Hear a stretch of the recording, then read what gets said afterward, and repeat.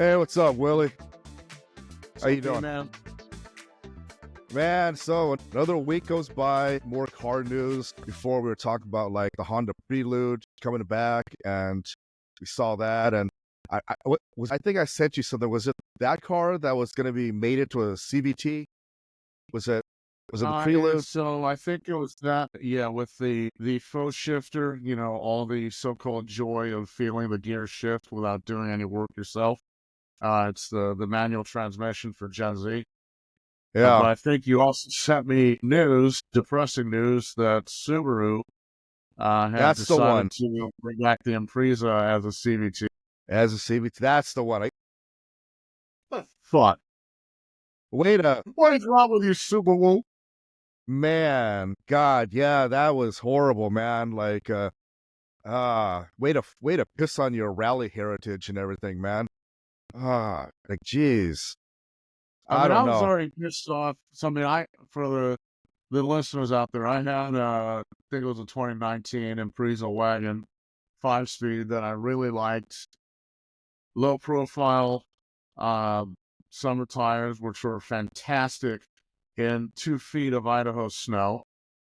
And I love that stupid little thing. Like, it was a lot of fun. And then I had the Outback Wilderness Edition, which really pissed me off because of any car should have been manual and stanced. More so, I mean, I think I had like 9-inch ground clearance, which was on par with a Wrangler. But if any car should have been, stick shift and stanced, it should have been that one. And now you send me this depressing shit. Yeah, They're going all slush box. yeah. I mean, Jesus, I didn't think that the Impreza STI would get an actual STI, and as a result, the actual manual gearbox is gone. Any semblance of masculinity and sportiness is gone, replaced by that rubber You can't band of a say transmission. masculinity when it comes to Subaru. Man, yeah, I don't know, man. This is just, but I don't know, and I know it sounds depressing sometimes because we talk about that golden age that of like the 90s, early 2000s of cars where there was a flavor for whatever candy you like. There was a flavor for it, right? When it comes to cars, right? Like entry level, we got Absolutely. you. High end, we got you. Exotics, we got you. And there's parts for it. We just never knew how good we had it, right? And then now you get it back. Like the companies, they bring it back and it seems good at first, and then they hit you with something like that, where it's like a CVT. And for our listeners who maybe like they listen to hear us, talk shit and banter, but they don't have a lot of expertise. Let me just say that when you drive a CVT car, that type of transmission, it's just the most soulless car experience. You could have all this power and all that, but like you don't have that connection to the vehicle. Is that a pretty accurate description, Willie? That's a very accurate statement. I think I said it best because, I'm just going to praise myself. I think I said it best back in the early 90s when I said that when you're in a manual transmission car, you are actually driving, you are engaged in the act of locomotion. When you are driving a slushy shitbox, you're basically just sitting in a chair and aiming. And if that's your thing, cool, good for you. Get off her fucking shit. Yeah, I mean, it's just, I mean, there's automatics, there's sporty automatics, there's like, like I know BMW, like the M models have like that. What did it used to be called, like DSG or something like that, or what am I thinking of? Where I think it was, it's no, I think DSG was the Porsche acronym. I was think Porsche. BMW were SMGs, That's the one. which, yeah, sadly, what did not stand for submachine gun. I was Yeah, so disappointed when we found that. where like in reality, it sports just faster than any man actually could, but at the expense of being actively engaged, like you're talking about. However, as someone who has owned like I think 2 cars with CVTs in the past, look, it was a dark period, man. I just lost my shirt. I lost my shirt in the divorce. Okay, I had a downgrade. And it was just the most miserable driving experience. It just, I don't know. It had this like weird rubber band feel when you're driving, and a noticeable lack of shifting. It just felt weird. And then I'm like, what's this Tiptronic shit? Well, what? Like, it's like you're pretending you're shifting. There's no gears. It's just weird, right? And so it's like, I don't know. I didn't like it, and then that's why when But I will say this, man, when you have like a shit experience like that, then you level up in life and you're able to get better toys. You know what? You really appreciate it afterwards, don't you? You really, really don't take shit for granted no more because you know where you came from. You know when you hit bottom and what you had to drive and experience, right? So yeah, that's just been my Wasn't there a experience. song from Initial D about When you're on the rocks? back on the rocks, it means you've been to the top. Yeah, man. Yeah, those are interesting.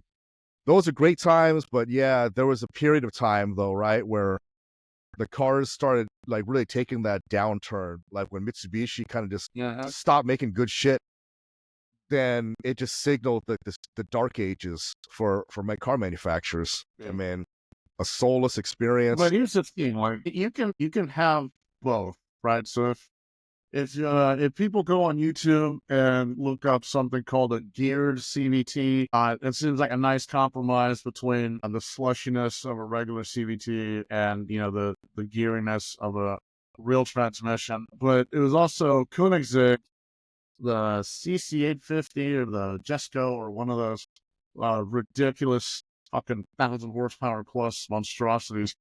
Had what they call the Lightspeed transmission, which was both. So basically, you go on Top Gear, Jalopnik. I'm sure there's 1,000 other sites that have it. You can have the benefits of both. If you want to be, a lazy schmuck, or shoot driving gridlock, you can have the benefits of a CVT. If you actually feel like remembering what it's like to be a man and you want to shift your gears on your own, computers be damned, you have that option too. But I think what you're getting at is the difference between Koenigsegg and all the other manufacturers. Yeah, price point, fine. There's at least one extra zero in the MSRP. I get that. But Koenigsegg also give a shit about their product. Yeah. If Pontiac or Chevy or any of these shitbox manufacturers put half as much effort into their products and have half as much pride in what they make as Koenigsegg, I'd be lining up to buy their cars, but they don't. Yeah. No, it's true, and it's interesting because my one of my old jobs, like all the company cars were always like American cars, and it's interesting. And like I've noticed when you drive certain cars from different countries, different manufacturers, you start to notice patterns in build quality, or not build quality. Well, yeah, but like more like their philosophy, right, of making cars. So like when you get American cars, I feel like I always think of the whole Ford assembly line, and what that also means you get efficiency and all that, but then it's just this it's just a machine. There's nothing like individual about it, and I'm not crazy about the build qualities or like the materials, right? But that's the impression I get like when I'm driving like a like what was I? There's like the Chevy Equinox, for example. I was like, ugh. Yeah, it's not great, Shit, lost internet connection. Try to refresh. Here, I'll keep you posted, Trade. All right, we're back on. Good old California for you. But yeah, no, I was just saying like how. It's like philosophy and pride of manufacturer. Yeah, I mean, because like, I think you were the one that first told me, talking like decades ago about like AMG. When you buy Mercedes and you get AMG, it's like handcrafted, right? Like by a single engineer, and that's actually a really good. They autograph the engine. Yeah, right. And that's pretty awesome, right? And like, which is also why I think some old school Mercedes old heads, there's certain models that are AMG that they don't particularly respect because it doesn't have that same treatment. Like I think it was like the CLA AMG. Yeah. I mean, put some good numbers and all that, but it just doesn't get you the same prestige. That's all. No, AMG needs to be a CL, or a G-Wagon. Yeah. Otherwise, fuck off. Yeah, because otherwise, it's basically just the kind of thing that you could just pay like a tuning shop to do over the weekend. To give you like 40 extra horses over stock, which is basic stuff, right? But you just get the AMG badge, but just none of the respect. Because to some people, that's more important. And I was just going to say that Dominic Doreno over here. Man, if people haven't already caught on, they should do a drinking game of how many like Fast and the Furious references we do, Jackie Chan references we do, and all What that. do you think's in my mug right now? But yeah, Why man. do you think I get funnier as every episode goes on? What do you have? What'd you have for dinner earlier? Was it a tuna on white, no crust? I like the tuna here. Bullshit. Nobody likes a tuna here. To this day, I still think his character was saying that line as a kind of shooting a shot. Saying, Yeah, how's your tuna, man? yeah. We would be the worst two dudes to watch that movie with, though, because we wouldn't shut the fuck up during the whole viewing. We would just end up saying all of the lines. Yeah, well, now the women in our lives understand how we feel when we're trying to watch football. Because Jesus right, Christ. exactly. Because remember, before that movie came out, you and I were like that with Top Gun, A Blade, Yeah, Face Off, boy. The Rock, the movie, not the man. Yeah. So I just assumed most guys did that, and I realized, nah, it's just you and I. No, You, me, and like a couple of others. Was it? I think the last time I watched Blade, I was with my honey. We watched all three, back to back to back. Somehow, she didn't burn the house down on her way out. But I think the last time before that I had seen Blade was 1999. Something like it's like literally 20 plus years had passed, and I was still able to quote that movie almost line for line. Yep. For most of it, and I would even do like different characters' voices or my attempt. What you got there, little man? That's my sick. Oh, even Pearl. Like, you need me, Frost. You need me. Yeah. And this is when we have mental illness. Oh man. Yeah. But no, for anyone who saw Deadpool and Wolverine, now you see why guys like us completely marked out when we saw Wesley Snipes in it. Okay. Yeah. Because we didn't see it coming. But if you watch Blade, then you see why, like, old heads like us, like, we give him credit for the Marvel Cinematic Universe. Robert Downey Jr. was awesome. It's just that Blade was 1998. And I think wasn't Iron Man like maybe 2008 or something like that? 2008. 2008. But Blade was the one that like made comic book movies cool. It wasn't corny. In fact, the first 5 minutes, geez, man, I think you and I, man, we're just like, what the fuck? Blood rave. Right? This was, because we weren't used to it. We weren't used to seeing like actual like martial arts. It was just corny, right? Like, I mean, because when you rewatch, like, I know some people are going to say I'm a blasphemer for saying this, but like, the old Superman, Batman movies, they were good for their time, but the fight scenes, the corniness and all that, it doesn't stand the test of time. You can watch Blade now. To be fair, Blade's ending with Lamagre. That CGI did not. It didn't age well. It didn't age well. That's a minor one. But when you look at Wesley Snipes and how awesome he was, like, he was like during that time period, the only like American actor that had martial arts skills, but he could act. Because Van Damme, I mean, plus he's from Brussels, but he was different. Whereas Wesley Snipes actually is a good actor, So, yeah, I got to give Wesley Snipes his flowers on that one, man. And Blade 2 took it to another level where, like the vampire, those Reapers. Blade took it to another level too. Yeah, just that level was fucking subterranean, 6 feet below the surface. Fucking basement level. Yeah. We could forget about that one, just like Too Fast, Too Furious.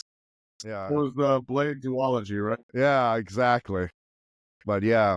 But I mean, on the topic of pieces of shit, I know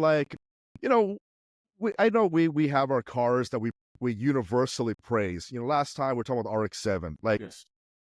Like, dude, I'd punch in the face anybody who complained about that car. I mean, that's a beautiful car. The Evo 7, 8, 9s were really, really spectacular.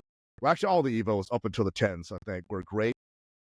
But they can't all be good. Not every car can be good. I think it gets to 5. Yeah, I always got a soft spot for my 8. I mean, that thing was... Well, yeah. I think the the six. Remember the Evo 6 had the Tommy Mackinnon edition. Not that us civilians could buy it, but yeah, but then for every great, like for example, for every great Mitsubishi, there's a couple of shitty ones, and like Just a couple. well, I mean, look, it's I don't want to kick dirt, man. Mitsubishi, I don't want to kick them when they're down, especially after like I've owned like 5 or 6 Mitsubishis in my day.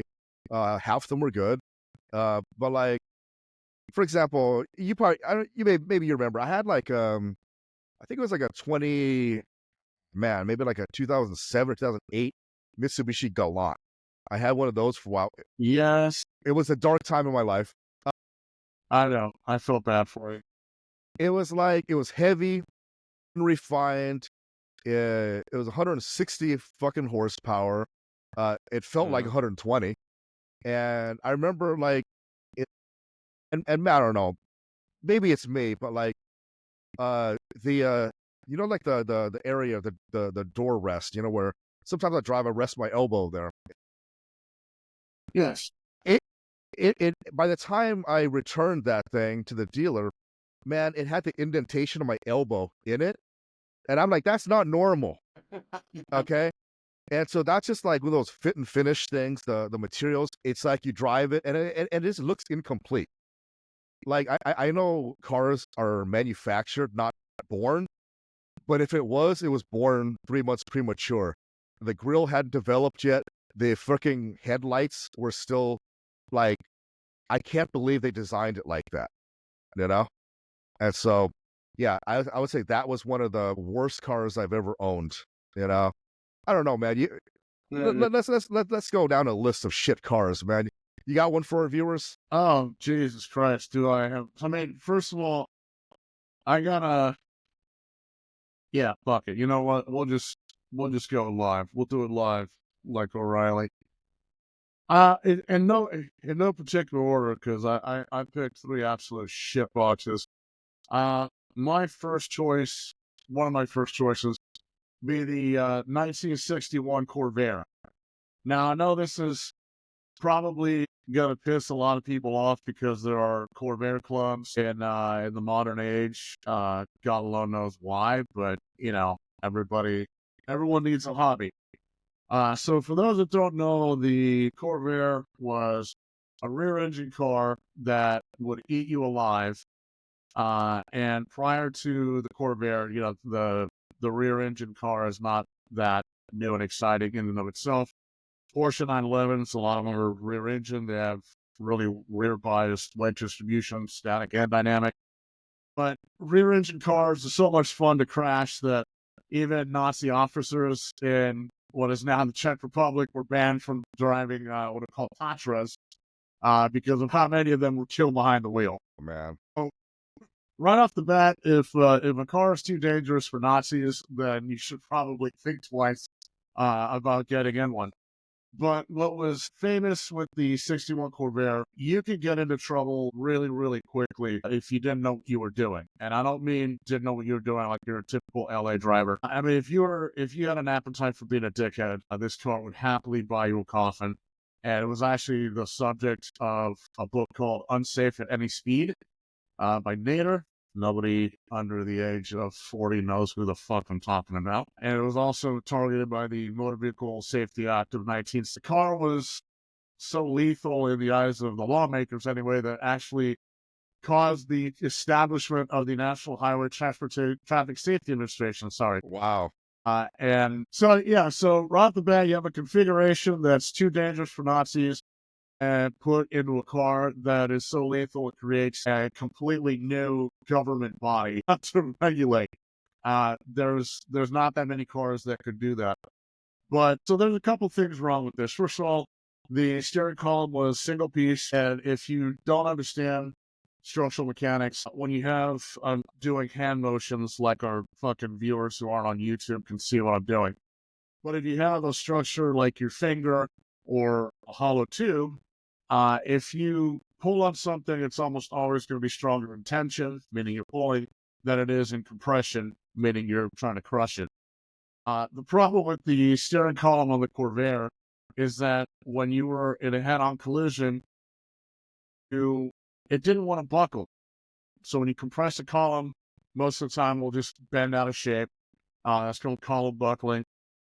Instead of the Corvair, the steering column would just impale the driver. Which Good Lord. just lots of fun. You would think that would motivate you to be safer behind the wheel.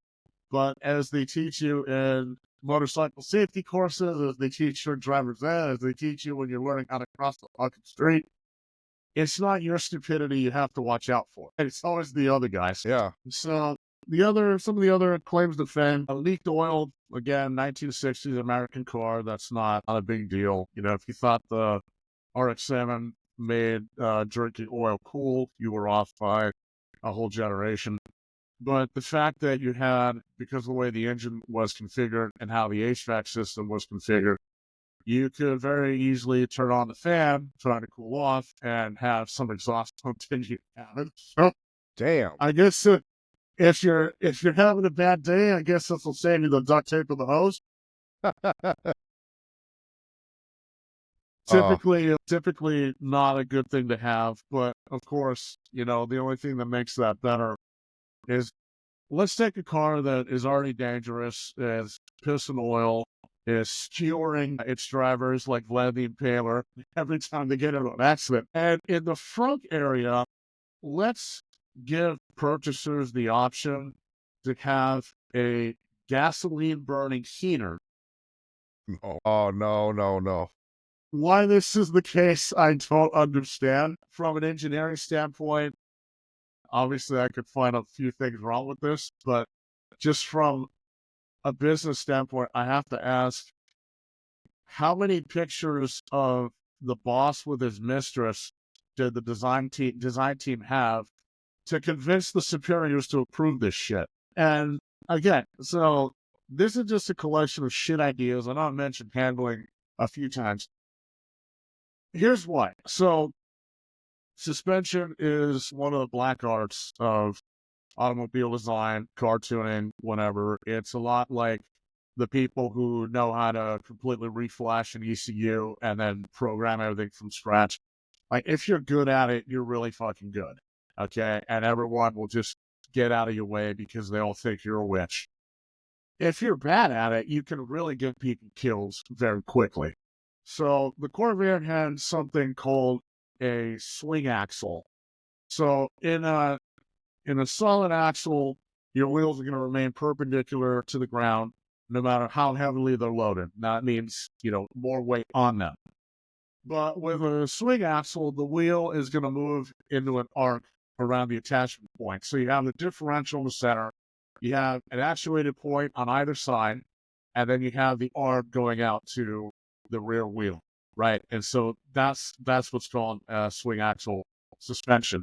So when you are in a corner, you have your downward load from your aerodynamics and, you know, your large American ass in the car, but you also have a lateral load because you're going around a corner, and that's how physics works. Now we're talking about cars. So when we say lateral load, we're talking about cars, not anything else. Just for the viewers out there, in case you tuned into the wrong podcast, okay? Which is okay these days. It's just we don't want to confuse anybody. Right, it's like you're walking in and you're watching pro wrestling, but you're watching like Goldust. Yeah, do that little turnbuckle crotch slap. Yeah, it's like, no, Mom, it's not what you think. Yeah, your poor mom was like, "Oh, Dios mío." She didn't give a shit. She just looked at me as like, he wears that makeup better than you would. So when this kind of suspension arrangement, when you're in a corner, the rear tires are going to camber in, and that kind of looks funny to the American eye.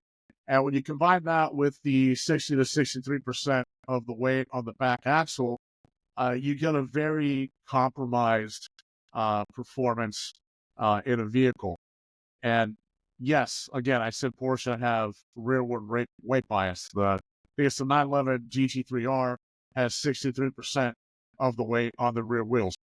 Well, the 911 GT3R also has a supercomputer on board that's smarter than most of the drivers, and it's also a fucking race car. So, you know, you're going to find your limit long before you find the car's limit, unless you are a professional driver.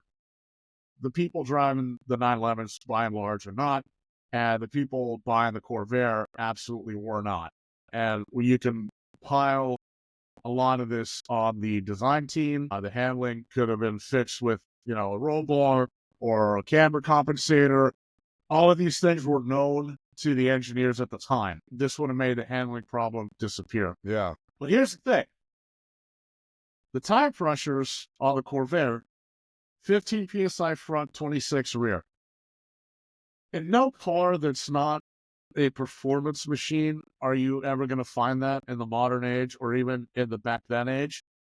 But when you have differential tire pressures, when you have tire pressures at all, and all cars have tire pressures, where do you think to look for them? Well, you can look on the sidewall, you can look on the placard that's on the door sill, or I don't know, you can look in the manual. So the oversteer of the Corvair that put a few of its owners in the hospital could have been fixed had the owners kept the tire pressures the same. But they didn't know to. They didn't know they're supposed to be different. And they didn't know because it wasn't in the manual. So for all of these reasons, I would have given the Corvair a nice hearty middle finger and said that is my first entry into the list of worst cars ever. All right. So, God, I know it's going to feel like I'm piling on Mitsubishi on this one, but I do it out of love. My next nomination's got to be the third generation Mitsubishi Eclipse. Was it the worst car ever? No. It's just Yes. that it followed two really, really good Eclipses. I mean, everybody knows I own a second gen Eclipse. I loved it. It was a car I cut my teeth in, almost got us both killed in. But it was a great car. It was like 0 to 60, which again, guys, this is the 90s, okay, when it came out. It was like 6.5, I think, 0 to 60, but for a car that was seconds, not months. Assist. Yeah. Yes. 210 horsepower with a stick. But that was indicative of the time. The Type R's were the Integra Type R's were the same kind of a range and all that. And then there's all-wheel drive, and it was like one of those cars, man, that was like it helped define the car scene back then. Then you get to the third generation where I feel like Mitsubishi was like, hey, let's take everything that made the original car great and made the fans love it and people wanted to just buy it up and trick it out. And let's just give them none of that. Because we know better than, so they pulled a Disney. They're like, we know better than you what you like, and we're going to give it to you. And the monstrosity that you got this bloated front wheel drive, non-turbo. I want to say the base engine was like a whopping 150 horsepower. And then the top of the line V6. When I say top of the line, I mean that's a really low line. It was like 210 horsepower, which technically matched the horsepower rating of the old car, but definitely not the performance because it did not outperform the old car, the old top of the line GST, GSX. And most people, I think, who thought it was a good car, probably was because they watched that abomination that was Too Fast, Too Furious. And God. And that made people think that just because you put that next to an Evo 7 doesn't mean it can actually run with one. And let's just not forget that in that little race they did with it, was it the Camaro and the Challenger? I think it lost. Which is the most accurate after thing? Shifting through 37 forward gears. Exactly. It just wasn't a good looking car. The doors had like that weird little Pontiac design on it, right? Like that raked kind of look, which didn't fit the car at all. Like I don't know why they did that. And everything was uninspired, right? Like there's no character to it. Like remember the second gen had that hump on the hood? Yes. That little tuberous growth. Yeah, but it added character. The whale fin spoiler and all that. Yeah. The low clearance, but this thing had no character. And so for that reason, that's my nominee, because I strongly think that, and again, this doesn't apply to everybody, just the people who are watching this podcast because they're car people, but like your car should invoke some sort of feeling and it should have character because it is in essence a reflection of the driver. Now, sometimes that's good, sometimes it's bad. But if you're going to buy a car like an Eclipse, it's because you're expecting it to be good and you're like, this car represents me. Well, unfortunately, if you want to represent to the world that you're some dullard that doesn't know cars, you're really not in a hurry because you're not going to get there very fast. Yeah, get that car, right? I mean, you could probably get it for. But here's the thing. But Brian, the side shit on the doors. What happened with Mitsubishi? Because they had that on the SST concept from the late '90s that predated the third gen abomination of the Eclipse, and it looked fucking hot. Like in my not so humble opinion, like what the hell happened between the SST and the third gen Eclipse? That thing's get murdered by committee or what? Well, I know that the Eclipse. Okay, so let me do a quick rewind for our listeners out there. The Eclipses were not actually available in Japan. They were the first, second gens were a combination of was it Chrysler and Mitsubishi. They formed Diamond Star Motors, and so but that was actually an unholy union that bared fruit. It was good, and the Americans do deserve some credit for the design because was like Dodge. We got the Eagle Talon, the Plymouth Laser, and then Mitsubishi had the Eclipse. And then likewise with the Revere 3000 GT was the Dodge Stealth, right? Well, the partnership was dissolved by the time the third gen Eclipse came along. So Mitsubishi designed all in-house, but they did all in North America. Meanwhile, as you and I both remember, what did they have in Japan for Mitsubishi? It was the FTO, Fresh Touring Origination. Beautiful, beautiful car. I think that was like kind of like a competitor to the Integras, right? It was like a high revving. It was a 2.0 liter, but V6, if I'm not mistaken. So that was kind of interesting engineering at the time. Jackie Chan drove one of those in a Thunderbolt. Yep. Against the Skyline. So that was a little bit of shenanigans there. It could not run against the Skyline, but I mean, for the purposes of the scene, it was cool. So they could make beautiful cars. That was a beautiful car. The American design team used what they referred to as I believe it was called a geomechanical design language. And so it made it into that car and several of the others at the time, and it had no Japanese character. I do not think that had a resemblance to the Japanese Japanese market vehicles, because remember the two vehicles I can think of off the top of my head that never made it to the U.S. shores, but other countries got them was the FTO and the Triton pickup truck. The Triton is a good looking pickup truck. Yeah. Any iteration. We got the fucking Mighty Max and the Raider, right? And so those weren't great. Those weren't great. I mean, the Raider was about as good as the Las Vegas Raiders, so that's saying something. And the Mighty Max was anything but mighty. The Mighty Max I thought was cool. The one modern one that we saw, I was in a Best Motoring video or something that the guy put in a 4G63 turbo. Right. And all of a sudden, that thing could run against vents, at least on a straight line. Right. Yeah, but as usual, Americans, we don't get anything like that, right? I mean, because at the time, why would you get that versus like what Toyota's got and all that, right? So it was doomed to fail. But yeah, we never got the Triton, we never got the FTO. But then when it was the age of the second gen Eclipse, nobody cared because you're just like, well, this car, like I think could outperform an FT at least in certain key areas. Right. And it was a good looking car. But then the third gen Eclipse, I don't know anyone who bought those and didn't get clowned on because it wasn't fast. It wasn't, and it wasn't furious. No, the drivers became furious. and Willie, help me out here, but like, I don't even remember that much aftermarket support for that car. In an era where every car had aftermarket support, like that had about as much aftermarket support as like the Tiburons. But at least with a Tiburon, you're like, well, it's a Hyundai. I mean, you'll be happy to get like an intake and exhaust. But Mitsubishi had a name, though. You see? Well, yeah. I mean, so the third gen Eclipse had the 4G64 for the four banger. I forget what the engine code was for the V6s. It was the SHIT. That's fair. 63. Yeah. But yeah, so the 6.4 was absolute garbage, rev like shit, balance like shit.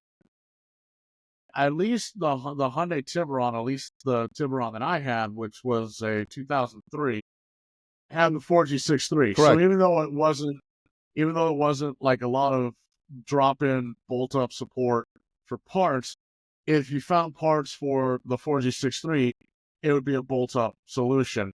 And most of the tuner shops, at least in SoCal, were handy enough, like the Eclipse parts, the second gen Eclipse parts fit the Tiburon good enough to where the tuner shop would have, weld up some brackets or, maybe cut off a piece of the exhaust to kink it around a corner or something. Like, it could be done, right? It wasn't a completely custom job.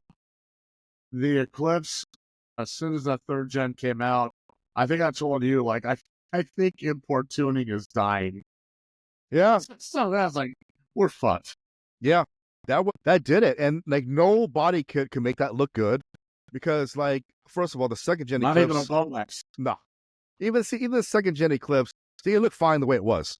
But if you were so inclined, like the Blitz body kit that was on Paul Walker's Eclipse in first Fast and Furious movie, a lot of people started doing that. And I thought it looked good in silver. If you did like in silver, it looked really, really awesome, which I think was what like Blitz, like the actual model they had on their website was the silver one. Looked really good, but you didn't need it. Whereas like with the third gen Eclipse, yeah, look, man, it's like putting makeup on a pig, man. It's still a fucking pig. And for that reason, that's my next nominee, man. So yeah, what you got? The third gen, yeah, that's a good one. That's a good one. I think I got you beat though in terms of complete and utter shit. And this one I'm gonna end with a revelation, right? That you already know because you already saw my notes, and the people who know me in real life already know, but our listeners do not. So that's gonna be fun.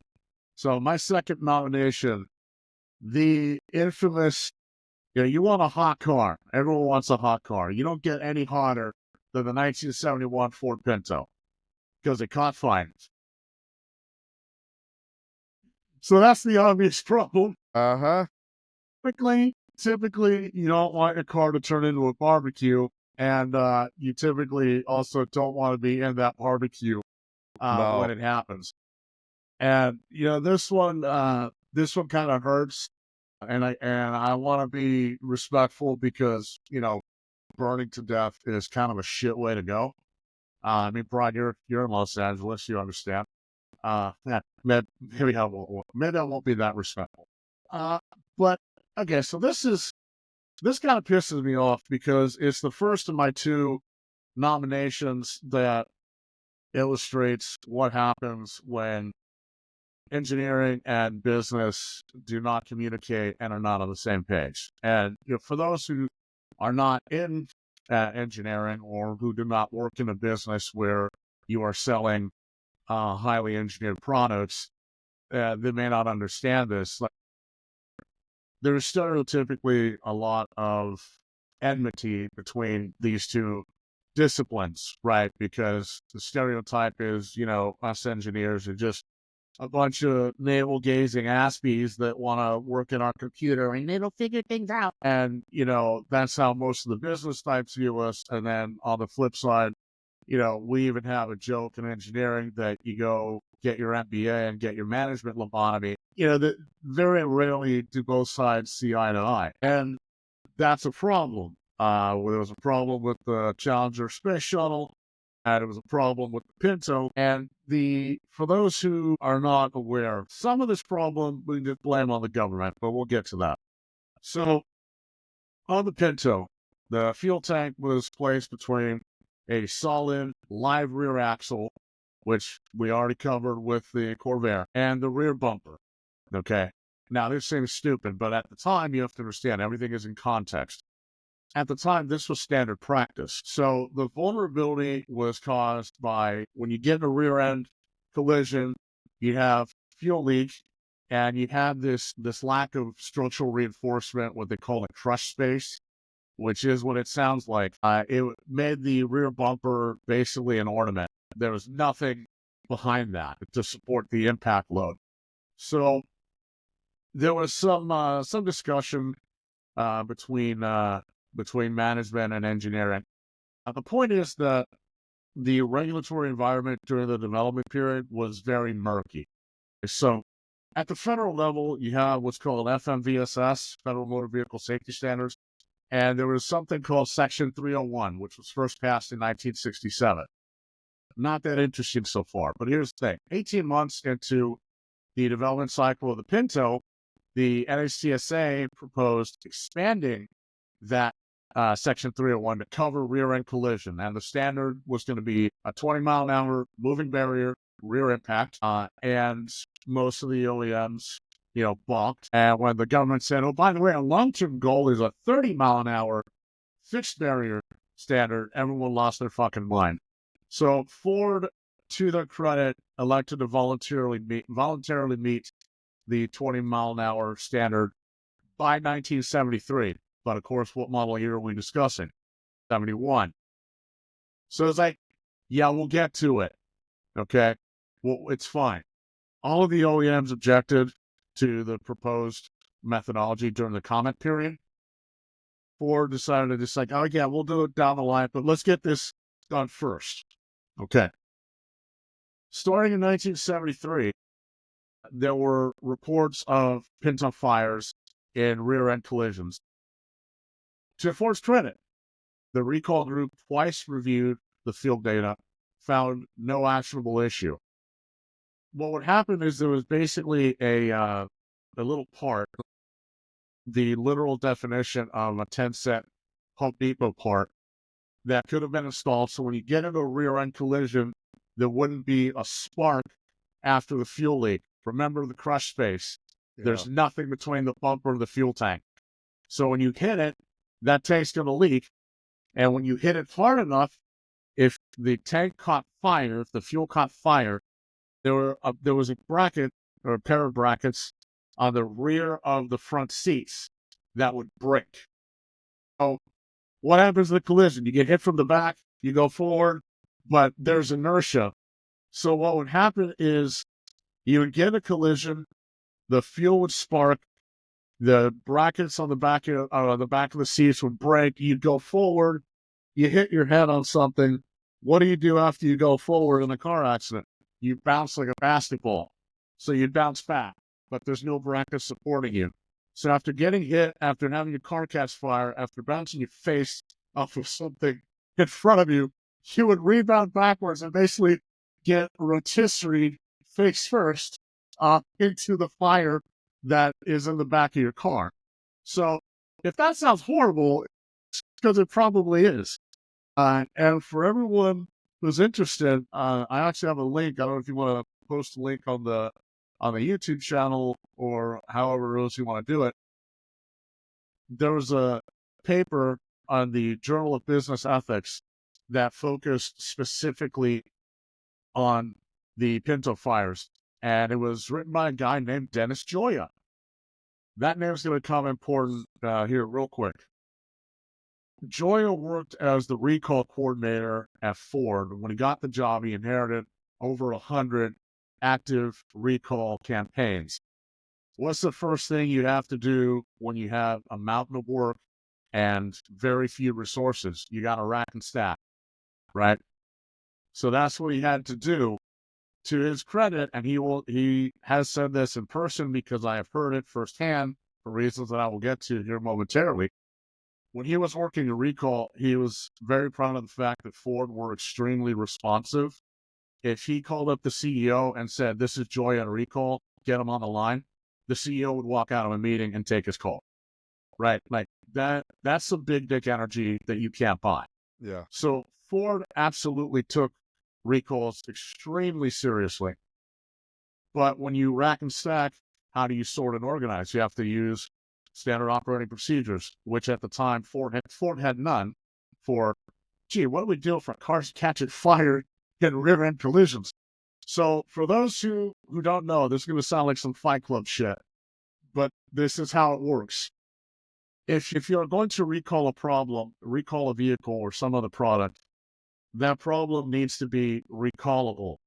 Now that means something very specific in engineering speak. That means a problem has to be either high frequency, it happens a lot, and or it has to be directly traceable to a design defect. There has to be what's called a causal link. There wasn't enough data. And Joya admits at the time he was unaware of any cost-benefit analyses that had been done or crash test results of the Pinto. So not only are you in a new job, limited resources, a stack of work, you got a rack and stack, you have to do all of this blind because you don't have enough data. So a lot of people did not think that there was a design flaw.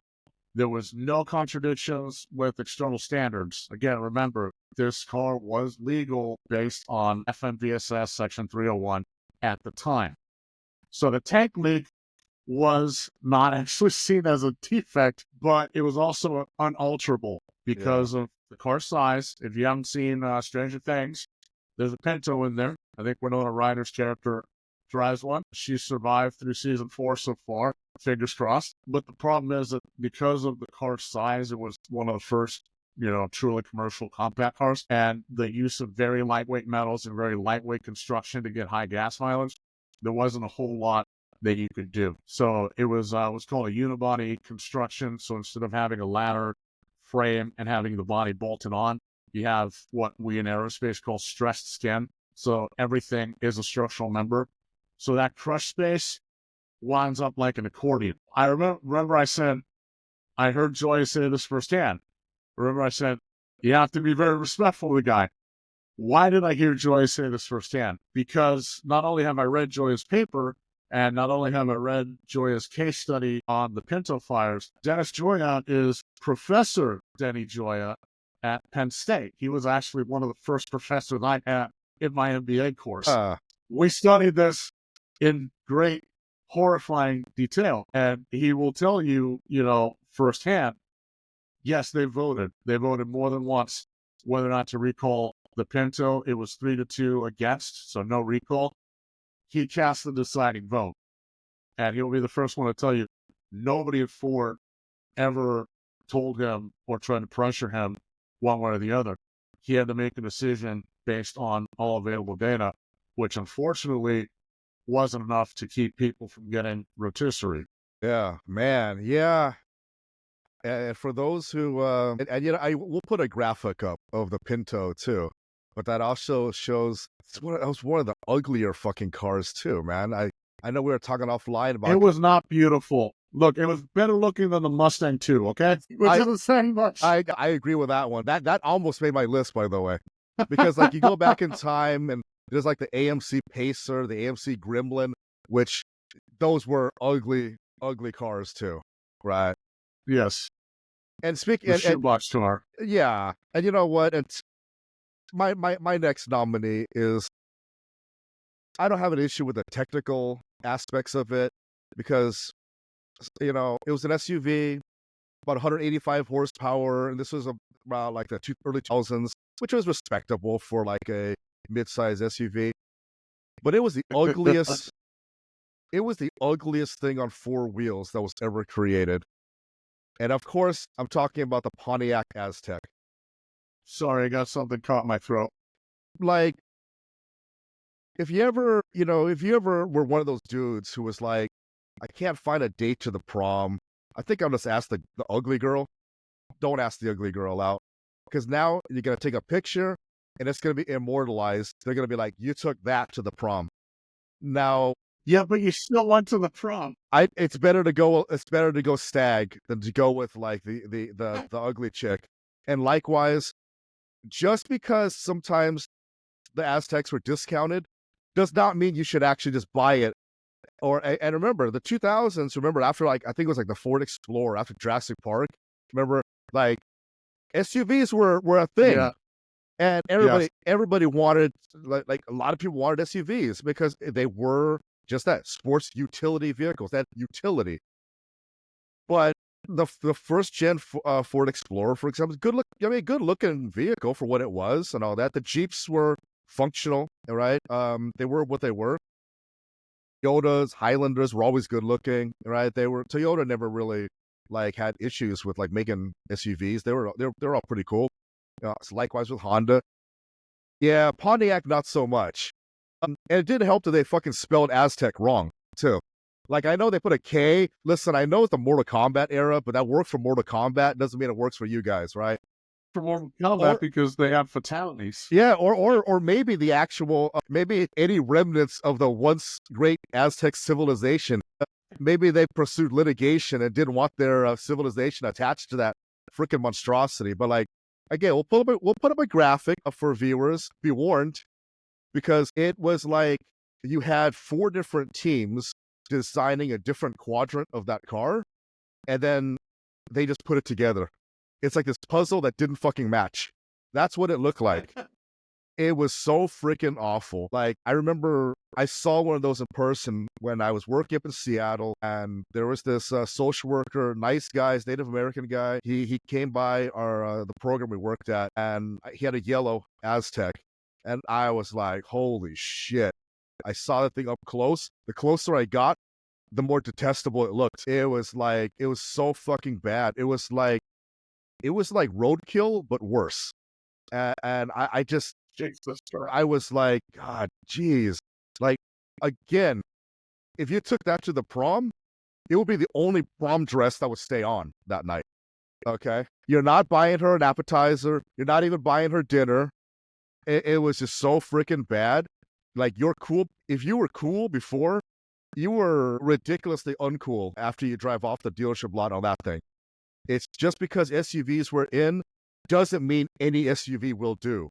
And so for that reason, I got to say the Aztecs, it's one of those things where, like, at least the Punto, the AMCs we're talking about, it's a funny joke. Like at Wayne's World, he drove like an AMC Pacer, right? Like you said, and Right. Winona Ryder, Stranger Days is driving, or Stranger Things. I'm thinking about Ray Fiennes with Stranger Days, but like she drove the Punto. But it's kind of cheeky and fun. Any character. Yeah. Walter White drove a Pontiac Aztec in a fucking Breaking Bad, right? But I think the idea was that did he sell it for like $50 or something like that? Something like that, yeah. That was, to be fair, the Pinto in Stranger Things was a 76 model. So I think they fixed the fire issue by then. Winona Ryder might survive season 5. it's just you. But the thing is, you'd see a Pinto or an AMC Gremlin, you'd be like, it's kind of fun. Like if The Simpsons, like Hans Moleman drives a Gremlin, but yeah, it's kind of funny. But you see an Aztec, you're just like, oh God, you're like, who's the loser that drives that? That's just my attitude of it, man. And so yeah, Aztecs. Like, again, no problem with the engine. The engine was fair. I mean, it was competitive at the time. But God, man, come on, man. You pull up one of those to pick up a girl on a date. You're not getting a second date because you're not getting a first date, right? Her dad is gonna chase you off with a shotgun for even pulling up in one of those things. You imagine he honks the horn. You're the girl. You're like, oh, what's he driving? And then you see that. Man, talk about fool's gold, man. It's like, And look, if you're gonna drive an Aztec, first of all, you better be a hipster and you better like drive it ironically as fuck.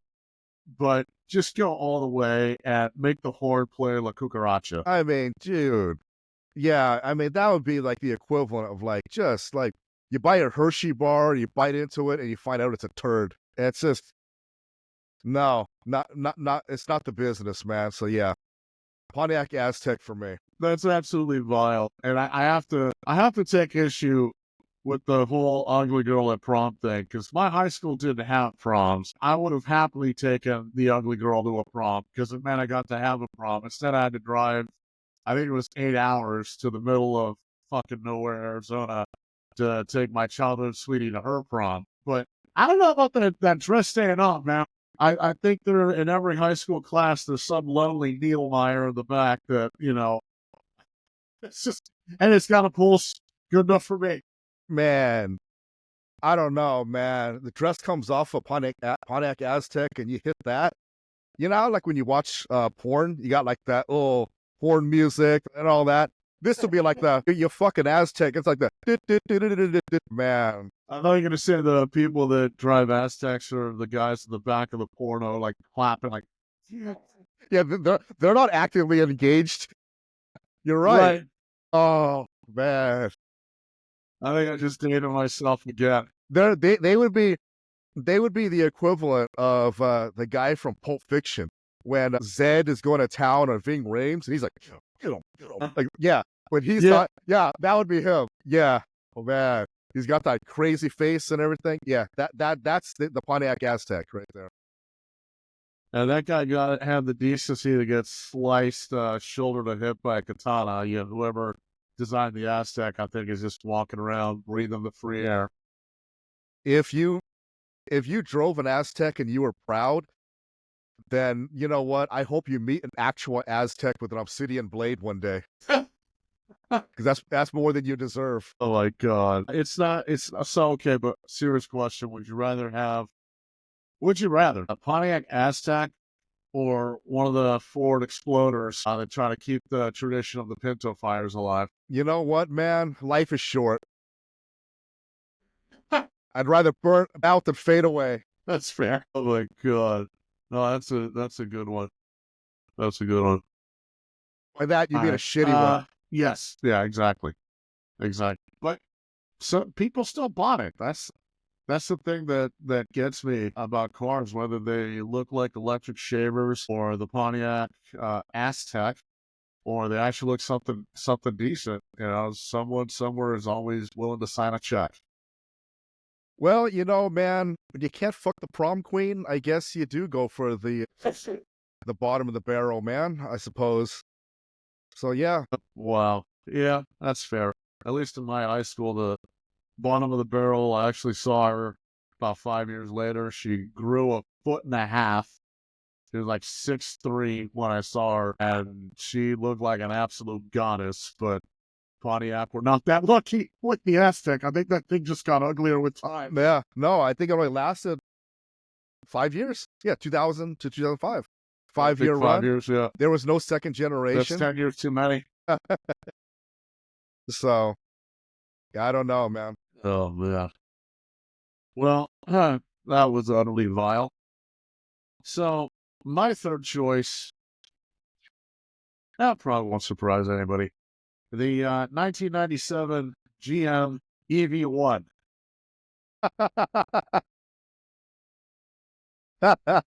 I remember that thing.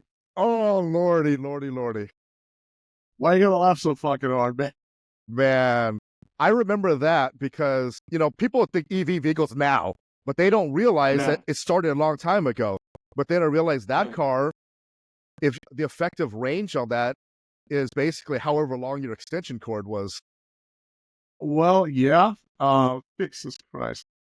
Yeah, so, I mean, yeah, electric cars have a very long and disgusting history. And sadly, the EV1 wasn't even the first. As I mentioned before, the Baker Yeah. Electric, I think that company was founded in 1900 or 1899, something like that.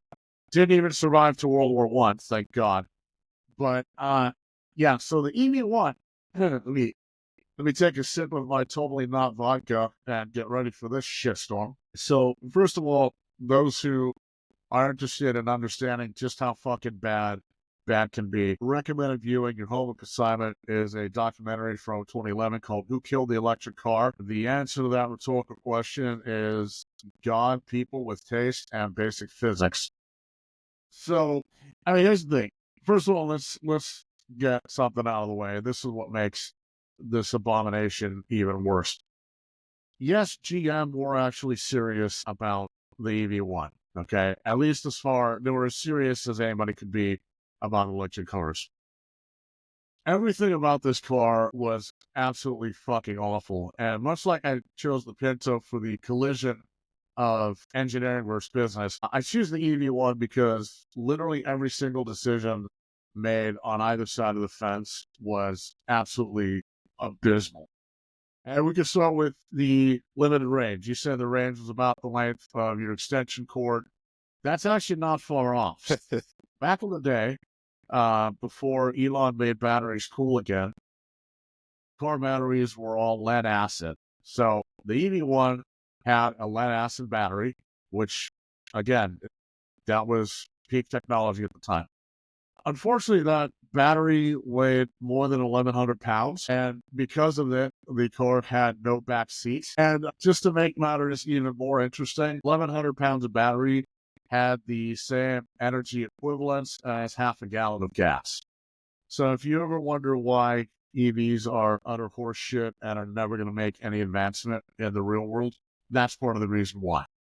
Now, Could GM have put in a back seat? Absolutely. They're designing the car. They can do whatever the hell they want. Fortunately, that would have reduced the range even more, because even though the car had a drag coefficient of 0.19, which is absolutely astounding, that drag coefficient is actually lower than the Porsche Taycan Turbo, which is 0.22. Why Porsche have an electric vehicle with the turbo badge, I don't understand. Maybe turbo means something different in German, but obviously you have no back seat, so right off the bat, family car, not happening. But okay, well, maybe you can just have it be a sports car, right? Like the original Tesla Roadster. You don't need 2 seats, right? It's hot, it's sexy. It only takes 6 hours to charge. No, because that 1,100-pound battery got you 55 miles of range. Though that was with the lead acid battery. Later on, they moved to nickel metal hydride battery, and that saw range skyrocket to 140 miles. So right off the bat, this is not a road trip car, which is fine. In Europe, there are such things as commuter cars. I totally understand. But in this country, you need flexibility, right? And you actually need something that's realistic and can perform. And 140-mile range that, by the way, does take at least overnight to charge, because remember, this is the no Tesla superchargers, no 350 kilowatt charging stations in Baker next to the weird place with all the alien shit. Okay, no, you're plugging this into a standard 110-volt outlet. I don't know if they had a 220 option. Probably not. And just to make matters worse, they had production constrained, not just because of the battery, but because they didn't have what you would consider a regular production line, right? So a regular production line, it is what it sounds like. Car moves down the line, your meat peons, bolt attached wire, whatever, car moves forward. The EV1 was built on what's called a craft station process. So you have a designated area where a lot of different parts are created, bolted, joined, etc. It's the exact opposite of a conventional assembly line. Now, the artisanal approach is really cool if your car maker is called Ferrari and they're charging for that really unique hands-on approach. But when you're GM, no one is going to equate your name with artisanal anything. They can't even equate you with artisanal dog shit. So this approach is going to blow costs through the roof, and it's not going to do you any favors. And of course, my biggest harp on EVs, aside from the fact of everything, you have limited charging stations now and back then, but you also had degraded cold weather performance. If you go on, I think it was Car and Driver or a lot of the moto journalist websites, they've done more than one road test with an EV, and it's always in winter, and you always see the range cut by like 20% or more. Mm-hmm. Funny, you don't have that with gasoline vehicles. Imagine that. Right? Imagine that. So, but to GM's credit, they made a little over 1,000 of these fucking clunkers, but that was total. Originally, the plan was to make 5,000 to 20,000 cars per year. That didn't happen. That's never going to happen. Thank the Lord for that. And in order to kind of move these units, they did something kind of not revolutionary, but at least somewhat creative. Much like if you have a gashing chest wound and you need stitches, but say you just put some Band-Aids over it, like that's creative, right? Creativity does not mean good. Rather than sell the EV1s, because who the hell would want to buy this shit, they went with a lease-only model. So for the low price of $250 to $500 a month, which, by the way, is about $1,000 in today money, you got a car that could drive you to and from work for one day. If you commuted in LA, I mean, my last commute when I lived in SoCal was 40 miles, so I would have had to charge it at the office and probably would have run out of charge because I would have to run the air conditioning. But the fact is, when you factor in development costs, they would have had this would have been a $340,000 car. Now, I wouldn't pay 340 grand for a Porsche made out of solid gold that came with 3 hookers in the back. It would be a cold day in hell when I paid 340 grand for this piece of shit. But what matters is, the piece cost, what they call piece cost in manufacturing. This is sort of what in economics is called a marginal cost. It's the cost of producing one more unit, because when you build something new, it's very expensive. That's why mobile phones were $1,000 and weigh 20 pounds. But when you have the marginal cost, the price per piece is supposed to go down. Well, the piece cost for this was about $18,000 in 1992 money, which is over $40K today. That sounds a lot like a Tesla. Right. Okay. And half of that marginal cost was in the propulsion system, or you can't call it a powertrain. It has no power and there's no gear train. But that doesn't include the cost of your equipment, like radios, your various structures to actually make and form the car in 3-dimensional space. Anyway, the point is that for GM to have made any money on this car, they would have sold it between 50 and 60,000 in 1992 dollars. That's 140K today. But they set the MSRP to 34,000, which is about a little under 80,000 today. So right from the beginning, you build something that's shit, you build something that can't perform, you build something you can't afford, and then you are selling it at a price that you are guaranteed to take a loss. And it's funny because Ford, again with Ford, what is it with American OEMs?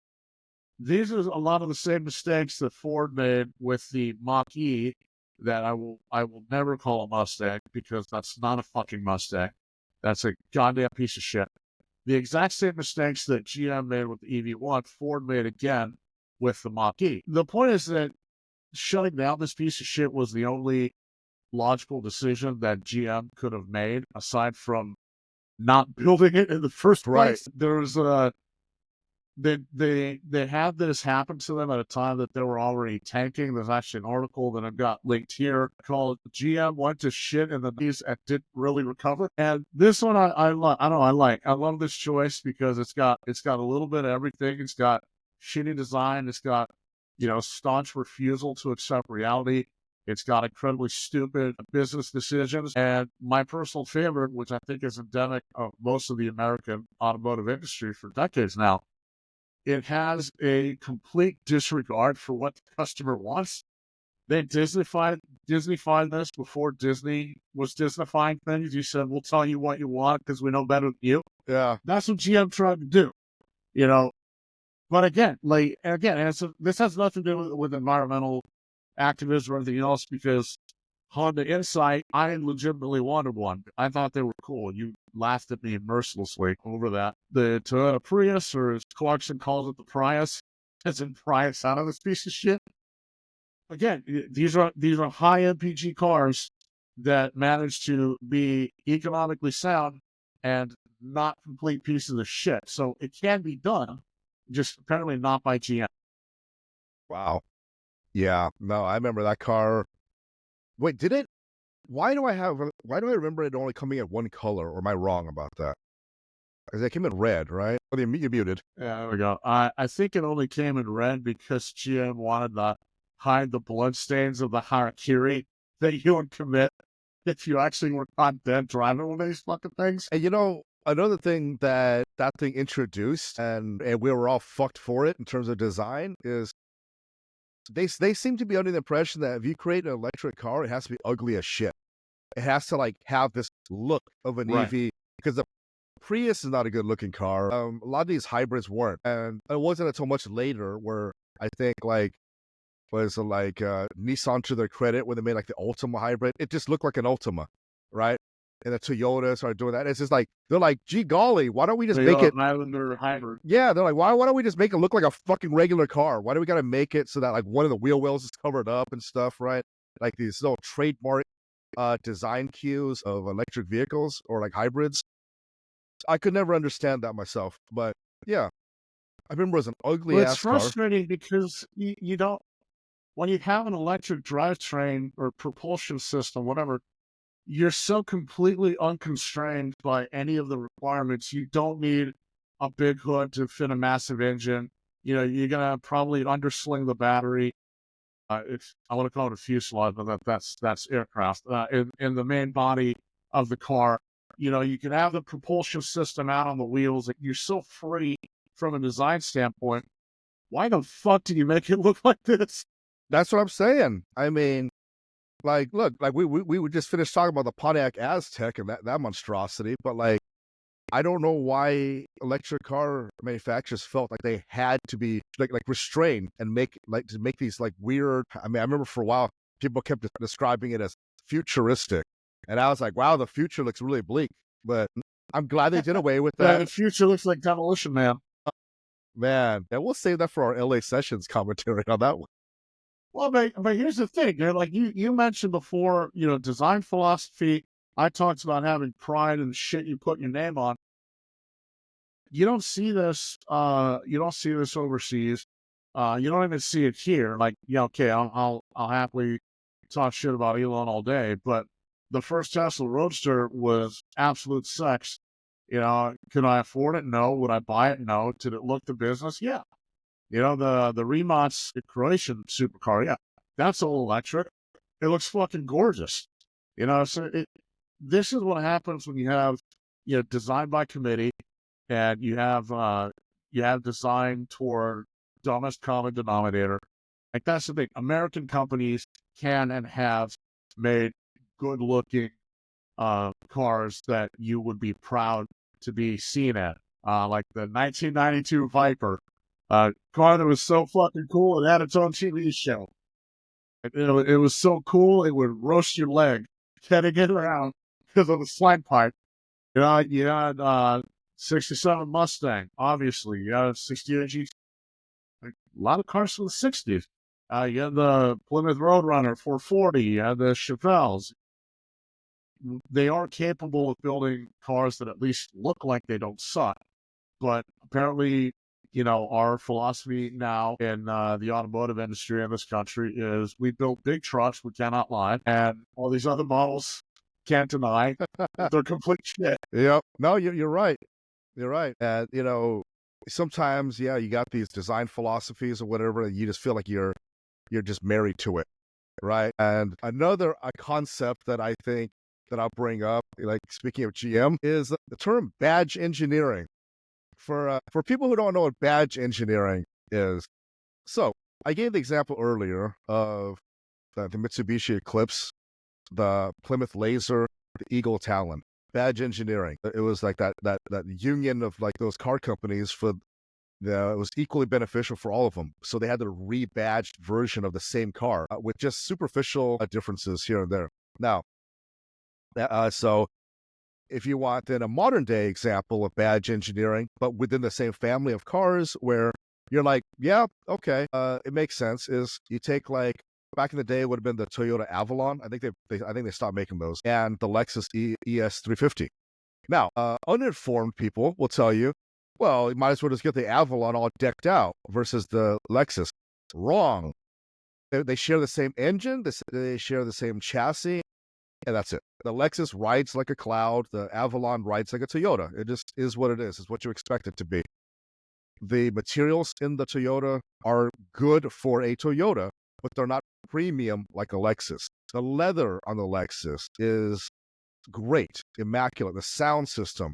And so even though they have the same DNA, it would be like the twin brother that worked out and took care of himself versus the one that just sat in grandma's basement eating pork rinds and watching TV on one monitor and just fucking playing like World of Warcraft on his computer. See? It would be like that. Now, so the Lexus was Schwarzenegger and the Toyota was Danny DeVito. Right. Is that more or less what's going on here? Yeah. But now maybe that was a little bit cruel because the Avalon was still a reliable car. People would still buy it and nobody made fun of you for it.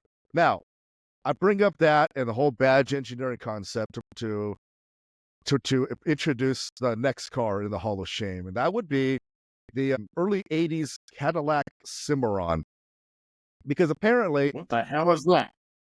So apparently Cadillac felt like, okay, we have, Cadillac is like the, yeah, the American luxury and all that. I mean, even though technically they were a far cry from what they were in the 60s and all that. So they created an entry level car. And so they created an affordable Cadillac that the average person that couldn't afford, one of the higher end models could get. But it was just a rebadged, what do they call it, the Cavalier? Was it was it Pontiac Cavalier? Was it? Yeah, so we're talking like an 80 or 90 horsepower car, and all it did was just have this Cadillac badge, a Cimarron badge, but it was just a Chevy Cavalier, sorry. And it didn't perform any better, wasn't really that much more comfortable, and it was never a comfortable car to begin with. So yeah, that's what you got. You got a entry-level Cadillac, rebadged from a Cavalier, and so now it's a car that you don't even feel prestigious driving because you're just like, everybody knows you're just driving like this watered-down Timu version of a Cadillac. And so The Cadillacs are Timu versions of themselves. Like, how much fucking worse can it get? I mean, don't worry, folks. I should have already put a graphic up of the Cimarron, and yeah, it doesn't look great. And it's just an example of, once again, the Americans doing that sort of assembly line style of car design, car manufacturing, where the Japanese, they could rebadge a car, they could do badge engineering, but you don't feel like you got an inferior product. Once again, for anyone who says like, oh, well, I have a Toyota Avalon and a Lexus ES350, it's just the same thing. You've never driven a Lexus. Bullshit. It just tells me Yeah. you've never read one. I remember being on one of these automotive forums years back, and a guy made that point. Holy shit, that whole forum flamed this guy. I mean, he should have at that point changed his name and moved to Yemen or something, because he can't show his face in public. I mean, because he kept insisting like, no, I've driven one. But you know what? When someone lies and they double down on it, that was him. Yeah. Because nobody. That's a scans? Look, 40-year-old virgin? My God. Yeah. Jeez. It was bad, man. Because, yeah. And again, I'm not criticizing the Avalon so much as I'm saying that the ES350 was a step above, right? And so, yeah, that's where Lexus understood the assignment. They're like, we have to make it a truly luxurious version of the Avalon, but that includes the looks, because it looks like it's the sheet metal and everything's different. I mean, like you could tell they have design cues, but the lights aren't the same. The grille isn't the same. You know what I mean? And so, yeah, you felt like you were getting a different product in that sense. Whereas, like the Cadillac, man, it's like if you did a blind test and you just put a guy into one of those, he'd be like, "Oh yeah, this is my Cavalier." It's like, actually, no.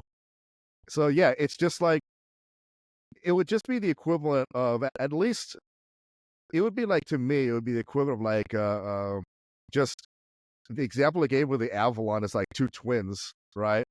But in this case, it would be like, it's the same like guy in the basement, looking like shit. Yeah. But you give him a tuxedo. It's the same thing. You just gave him a tux.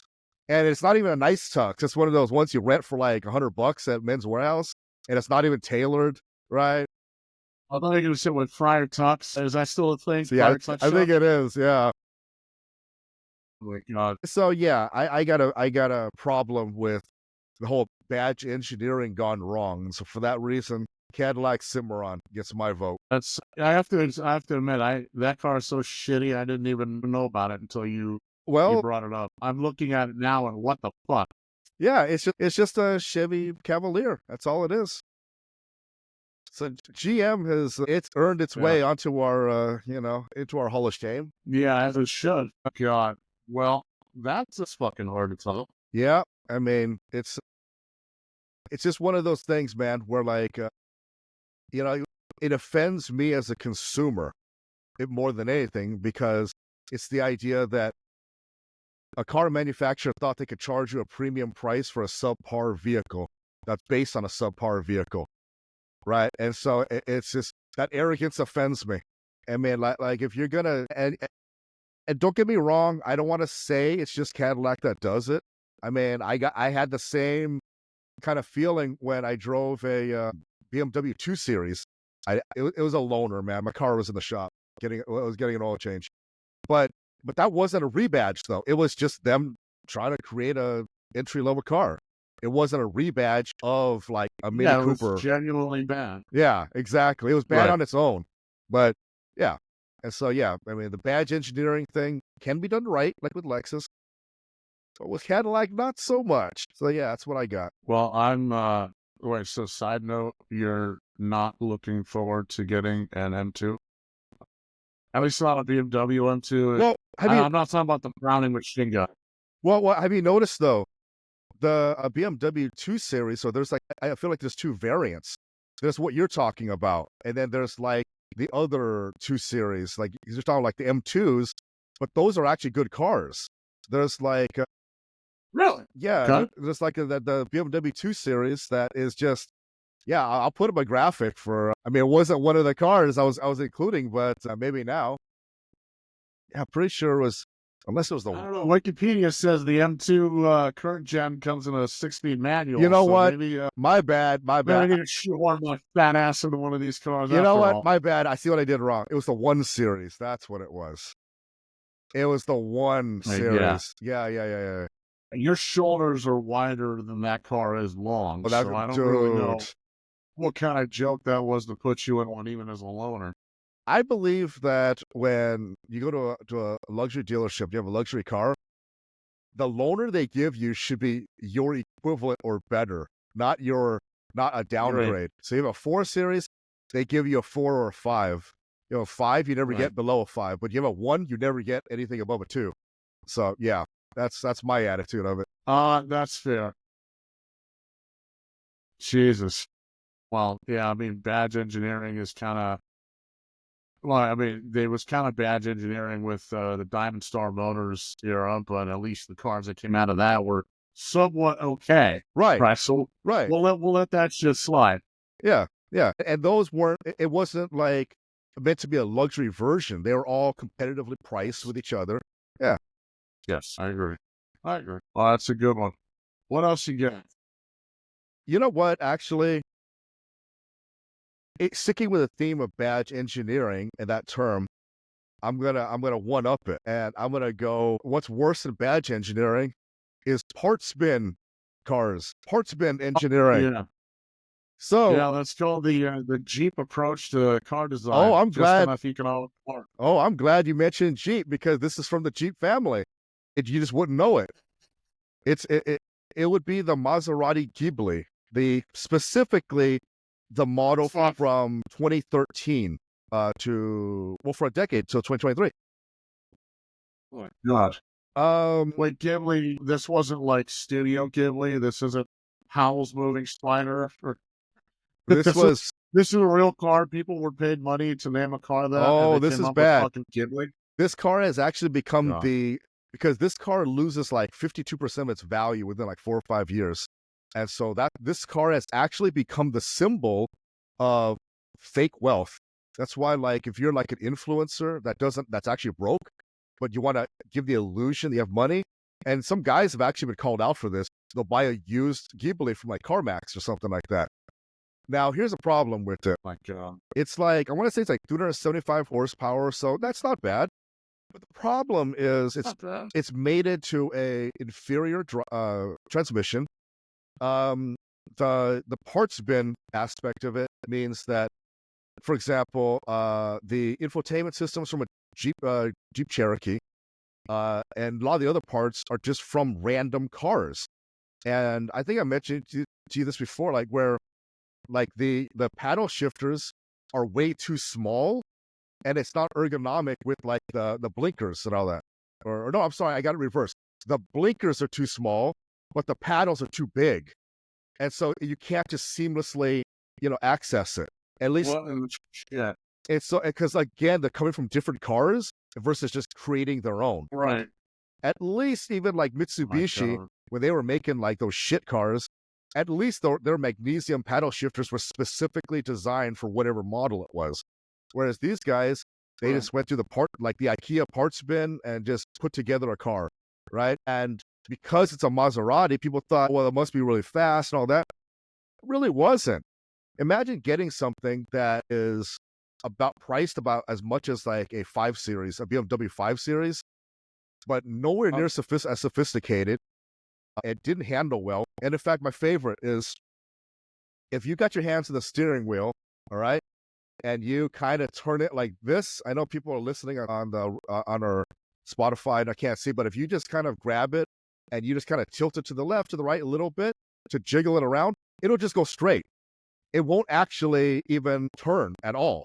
There's this dead space in between. And then like the road feel is really, really bad. And there's a really good, the editor Micah on Kelly Blue Book does a really, really good review of the 2013 Ghibli. If you guys want to watch it, I love watching the KBB reviews, like they're really, really good. But he tears this thing apart as he does it as friendly as he can, but it's just like, it's an awful, awful car. I mean, there's someone I know at work, that I used to work with that drove one, and I never had the heart to call him out on it because I know it was a piece of shit, right? But but people would always be like, oh man, he's got a Maserati. I'm just like, well, I mean, yeah, boy. Right. It's like, yeah, and Frank Stallone is a Stallone, but he's no Sylvester Stallone, It's like there's Patrick Swayze and there's Don Swayze. They're not equal. And so it's like, I've never even heard of Don Swayze. And nobody has. And that's probably the point. Even their mom hasn't. So what you're saying is, if I were stupid, hopefully this piece of shit isn't still in production. But what you're saying is that had I been stupid and of means at some point in the past, I basically could have spent 6 figures, probably well into 6 figures, for an Italian quote-unquote sports car with a bunch of Jeep shit in it. Yes. Yep. It's $100,000+ Jeep car, and probably not as reliable. No. And by the way, even like the leather seats weren't even comfortable. And so that's the thing. Oh my God. And like, when you pay 6 figures for a, like, supposed exotic European car, at the very least, you expect little things. Like when you close the door, it has like that smooth sound. When you sit on the seat, the leather is plush. Yeah. You get none of that. None of that. And so it's just this raw, like, car that, like, it's not as fast as it should be. It's not as refined as it should be. The technology's not that great. I mean, it's got the Jeep infotainment system, which I'm not a fan of. I got one of those as a rental before. I'm like, I'm not a fan. Yeah, and so you're just, at the end of the day, you're just like, dude, this. Oh, it didn't even have any of the sophisticated features, right? Like that some of the other cars had. And so at the end of the day, you're just paying for the name, right? Because you couldn't afford the Quattroporte, so you just had to get like a Ghibli. And I don't know what Ghibli means in Italian, but it doesn't even sound cool in my opinion. But yeah, I just at least. Okay, so God, this is fucking awesome. So the Italian, and this is from Google AI. I don't actually feel like searching anymore. So if it's wrong, I don't give a shit. But it fits. The Italian word Ghibli is a noun that refers to a hot, dusty wind from the North African deserts. It comes from the Libyan Arabic word, also Ghibli, but without an H, so there's pronunciation that I'm too stupid to understand. The Italian language added an H to the word to preserve the hard G sound. There you go. So it's a car named after hot air, which is basically what it sounds like it was designed as. Yep. I mean, look, the accountants must have loved that car, right? Because it saves them a lot of money. But at the end of the day, for a company that has ties with Ferrari, it just completely was killing any sort of prestige, any association they had, I think. So for those reasons, Maserati Ghibli makes the list for me. I heard a rumor. Well, I've heard a lot of rumors about Ferrari. Now that you mentioned the association, I mean, I heard a rumor that they keep tabs on all their customers. So if you do stupid shit with their cars, they'll make sure you never buy a special edition the Aptera. When you say stupid stuff, you mean like buy a Lamborghini? Well, so apparently that was one of the other rumors I heard, that if you ever own any Lamborghini, Ferrari will never sell you a car. That's actually been confirmed. Yes. I think Top Gear car driver, a bunch of the rags. But the other rumor is that when you take a car in for service, they'll pull the history off the black box, and if you're driving like an asshole, meaning you're not flogging it properly, the mechanic will come out and bitch at you. Yeah, one of the rumors that I heard along the same vein was if you wanted to buy once upon a time, friend of a friend of a dad of an uncle, that kind of shit. So I don't really believe it. But the rumor was if you wanted to buy a Ferrari at some point in the past, you had to first buy a Maserati. That's like your gateway drug. Now, personally, if I bought a Maserati Ghibli as my gateway drug into Ferrari, and that's the shit pile that I got in return for my hard-earned money, I think I'd just say, fuck the pony. I'm going with the bull. Get a Lambo, and if the spirit of Enzo Ferrari thinks I'm a traitorous asshole, I'll wipe my ass with his ectoplasm. Like, I don't give a shit. It's unconscionable to charge that much money for a glorified Jeep that, by the way, that dead spot in the steering kind of seems dangerous to me. Really? Very curious how that got certified for use and sale in the U.S. It's funny you mentioned you used the gateway, like a gateway drug analogy, considering for me, that would be like going straight, instead of like weed, you skip weed, you go straight to fentanyl. Well, so apparently that's what the cartels are doing with some of the street drugs, at least in marijuana with fentanyl. So maybe maybe that analogy actually holds water in ways you might not think. Because I look at like cars like that, and they prey on the ignorant. They prey on the people who are like, I want to be wealthy, I want to appear rich, but I'm not rich. And so, I mean, for years I've said that about Infinities, right? Like, yeah, you go to CarMax, you find an Infinity that's had like 6 owners and all that. And, last episode we talked about the plight of Nissan. And for those who don't know, Nissan Infinity, same shit. And there's no new innovations, no nothing, but they have the name. And granted, I'll say this, back in 2005, my mom needed a new car. She was turning in her Camry lease, but financially she was doing better, and she asked, well, what should I get? I want to get a luxury car, but I don't want to pay like a ton. And she's like, I don't want a German car because that's too loud for me, but she said she didn't want a Lexus because I guess she was just tired of so many like of her Asian friends having Lexus, so she wanted to be different. I get it. I that's where she and I are similar. So I said, get an Infiniti G35 sedan. It's the car of the year, because at that time, remember, it was debuting the brand new VQ35. Of course, fucking like 2 decades later, they're still juicing that engine for all it's got. But back then, the Infiniti G35 was a legit freaking car. It was like winning awards left and right, and it had a lot to live up to, because remember, Nissan got rid of the GTRs, the Skylines, but effectively that was the Skyline, the nameplate, and it was a good car. They just never did anything with it. They never innovated. But at that time, because we always talk about limited by the technology of the time and all that, but that time was a good time to own one of those, and she got a good deal. She bought it year end, where you get the dealerships want to get rid of their inventory, but she got it topped out, all-wheel drive. And so it was a great vehicle. Great vehicle, and a beautiful car at the time.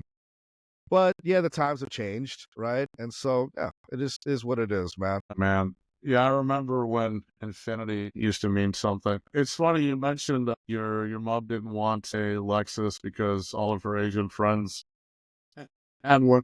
That was actually exactly my mom's thinking with the Porsche Macan, which I guess is the modern equivalent. Yeah. I mean, I get it. Although, like, it's funny because now,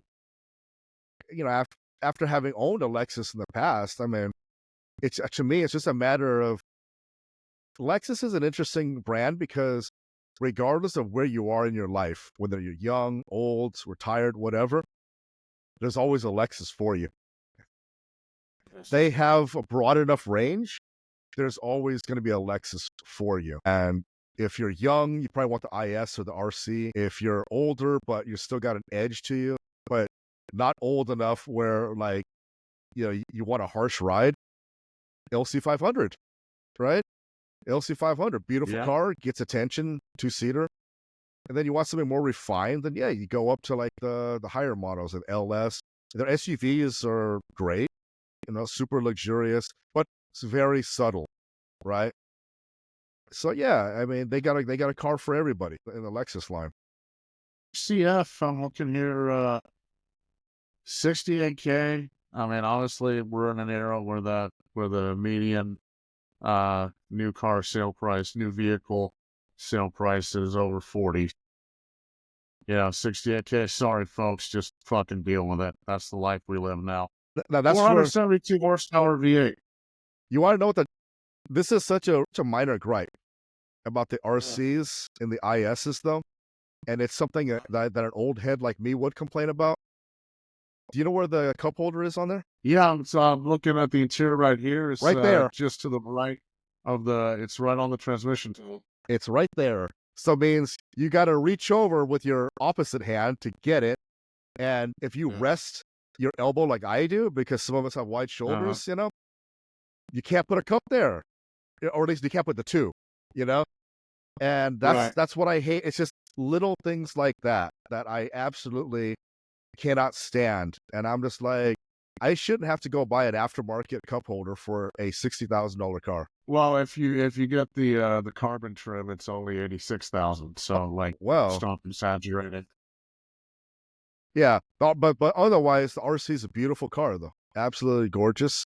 Although I think, much like you and I were talking about in our last podcast, though, I still got a soft spot for that first gen ISF, the 4-door. Absolutely. Yeah, I still got a soft spot for that one, and that still commands a pretty good price, though, man. I mean, I think it's held on to its value pretty well. Well, at least the RCF has an analog clock on the center console, which I hope to God you don't have to set manually, because I'm an engineer, but all my VCRs when I had them they blinked 12 until I threw them out. I'm trying to remember. I think I might have been hit the buttons.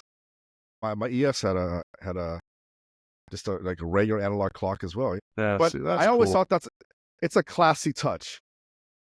Yeah. Hey, you're not going to hear me complain too much about like the materials and all that in a Lexus. No, they're nice. They are nice. And here's the thing, Libby, we talked about top down, bottom end versus bottom down, top end in terms of cars. Like I know Lexuses are just Toyotas, but there's a big difference between fit and finish and just general feel when I get into a Land Cruiser versus a GX. Yes. Or when I get into my Coma versus, even the bottom shelf Lexus golf cart that they send the interns to get coffee. Yeah, no, it's true. Yeah, but I think that's smart of them to do, because again, in no way are we saying that the Toyotas are bad or anything like that. They're good for their money. They're reliable. They give you peace of mind. They got the engine wise, it's the same engine. But the suspension tuning, and again, I'll gotta give the Germans this. People have driven like German cars know what I'm talking about, because you're the one that first told that to me, because at that time when we were younger, I hadn't driven any German cars. About the suspension tuning, there's something about that the Germans do really, really well. And Lexus, they don't. It's not that they do like sporty suspension tuning like the Germans, but they do that happy marriage of sportiness with luxurious ride. And that's the thing that I always tell people: when you buy a luxury vehicle, not a Cadillac Cimarron, but an actual luxury vehicle, you better be looking at your speedometer, because you're going to be going really fucking fast, but you're not going to know it. You won't feel it. You can be going 80 or 90, but you think you're going 60. And the boys in blue will quickly remind you of that when they pull you over. And so, just saying. But by the way, absolutely tell them that you had no idea how fast you were going, because your car is so expensive that you feel completely detached from the road. They absolutely love hearing that. Yeah. Dude, you know what? I know I'm not being fucking serious. So if you do that and you get thrown in jail, I don't care. I'll make Yeah. fun of you. Well, either that or you should just totally be a prick to the cop, even if he's like really nice to you. No, Absolutely. They love assume that too. that he is trying to oppress you and all that, even though he can't tell your ethnicity when he's like, pulling behind you. And look, Yes. I'm gonna, It's all about verbal judo. Cops love it when you challenge them. you know what, man? I'm gonna say this because it's car related, because I think it's something that's helped me in life. What now, with the exception of like maybe motorcycle cops, because yeah, you're not getting out of that ticket. You ask me how I know, but highway patrol, like uniform cops in like the Crown Vics or the Chargers or whatever. Look, man, if they pull you over for speeding or just something that's like relatively minor, first of Yes. all, they're not actually trying to fuck your day up most of the time. They're probably doing it because they have a legitimate safety concern. So treat it as such. Be respectful. I was always taught, power down your car, hands on the steering wheel so they can see your hands. And if they ask for license and registration, tell them my wallet is in my pocket. I'm going to reach down and get it. My registration is in my glove box. I don't have any weapons in there. You just say that. It gives them peace of mind because they don't know if you're crazy. Okay. And it has Right. nothing to do in that situation. Their assessment of danger has nothing to do with your skin color, sex, religion, any other proclivities you might have. They just want to make Right. it home to kiss their kid and say hi to their wife. Do those No, it's the only things. job where every time you do your job, you're almost guaranteed to have a bad interaction with a complete Right. stranger. I've always been Maybe that's why I respectful. feel the psych. See, I've always been respectful to every cop that's ever pulled me over. And I've gotten out of more tickets than I've ever, been given.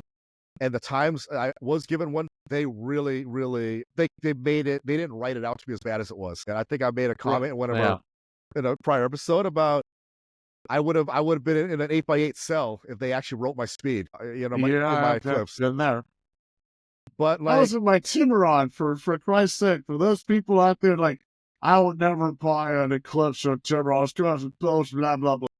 And I could have very easily gotten a reckless driving case in my Cimarron. So just because it had 140 horsepower, whatever, that doesn't mean it's too slow to get your ass thrown in jail. and the sad part is, when I lived up in Seattle, I remember one time I got a cold call on my cell phone. It was the policeman's fund. Specifically, it was like I want to say it was like Seattle, like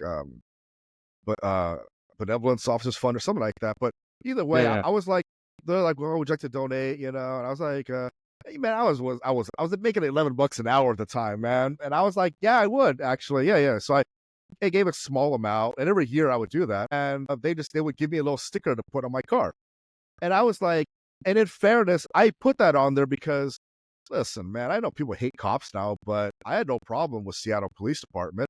And so I proudly put that on my Eclipse. And lo and behold, I never got a ticket.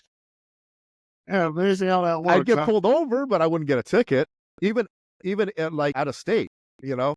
And so, I'm just saying, I didn't do that because I wanted to get away with anything. I was but that was a perk. And I was like, cool, shit. However, let me just say how times have changed. Dude, can you imagine if okay, first of all, it's bad enough that I drive a BMW, so people already like want to fuck my car up. My Beamer is like an abused wife, and society is the abusive husband. Every time I park my Let car go. Huh? like at Whole Foods or fucking Pavilions or something like that, I swear, like somebody kicks my car or something like that, or they hit it with the shopping cart, or they'll open their door and hit my car. It's got so many like scars and bruises. It's like it's in an abusive relationship with society. Now, can Is you? this why so many Beamer drivers like park in the middle of 4 fucking spots to try to get some cushion? That might be another I'm thing. not condoning that. I'm just saying I understand. But like, can you imagine now how bad it would be if I had a BMW and I had like a Back the Blue bumper sticker or something like that? Yeah, your car would catch fire mysteriously. Yeah. It would be like that Tesla outside of the Trump hotel, right? Cool. somebody there'll be shenanigans, man. And that's just to me, that's just my sad commentary right now, because it's fashion. It's always been fashionable with a certain group, in society to be like, oh, all the cops are bad, blah, blah, blah. But I'm just like, I'll just say it like this. Any cop that's ever pulled me over, they were never a dick to me, and I was actually speeding. I'll admit it. I won't admit it in court, but I mean, all right, here's a revolutionary thought for all the complainers out there. Maybe the cops don't want to fucking deal with you either. Yeah. Anybody ever think of that? Like, do you really think they signed up? It's like, I want to put my life in danger every single day for the rest of my career so I can pull over people doing 10 over the speed limit. Like, do you really think that that's why they signed up for the force? No, they signed up to catch fucking bad guys and throw like hardcore criminals in jail and make society a better place. But no, yeah, they're completely after you and your clapped out 94 Honda Civic with the fucking fart pipe, because you're doing 20 over and you think you're getting marginalized and picked on. Fuck off. It's like, because people look, man, back in the day, when you're like we were, like part of the scene, and you show up in the middle of the night, the races, the police chopper shows up, and you get caught. Here's the thing. You can't cry discrimination. You can't say profiling.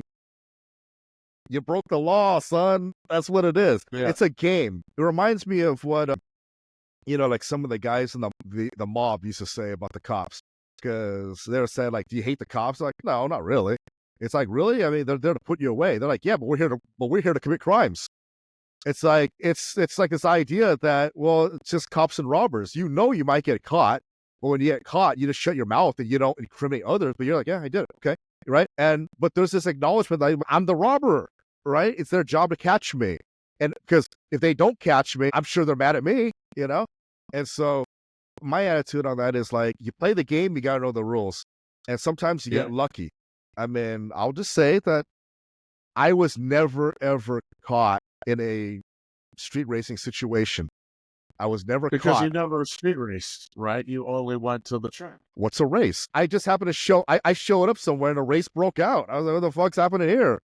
Did you mean something? I'm just amazed that people bitch about that. Like, yes, you could be in a fast car, but at the same time, if the LAPD are deploying helos with infrared systems, what the fuck do you think's gonna happen? This ain't Need for Speed. Yeah, if you're gonna get next. Just deal with it. I mean, that's my attitude of it, man. Like, look, I mean, there's people out there that, okay, you got a legitimate grievance with police and all that. Sure. Yeah, work it out. I don't know, shit. But all I'm saying is, I had a situation once in high school. Now, it should be noted it was the 90s, and it was a dangerous time. The most Asians are fucking crazy. If you're look it up, kids. If you don't believe me, these Asian gang violence, look it up. But we had a situation where me and like a couple of fellas, a couple of Asian buddies of mine, were out in the mountains after we were playing fucking tennis of all things at the Claremont colleges, and we were just out there. I think we were just drinking like Gatorades and shit, but we were just up there chilling. And then the sheriff's department rolls up and everything. And then suddenly all hell breaks loose. They pull their guns on us. And we thought it was like, what the fuck? Because, we were all like, smart guys, but we weren't like gang affiliated or nothing like that. And then everything's fine. They uncuff us. And then one of us says, dude, why? The guy had like the gun pointed to his head. He's like, why'd you do that? And then he says like, well, look down on the ground.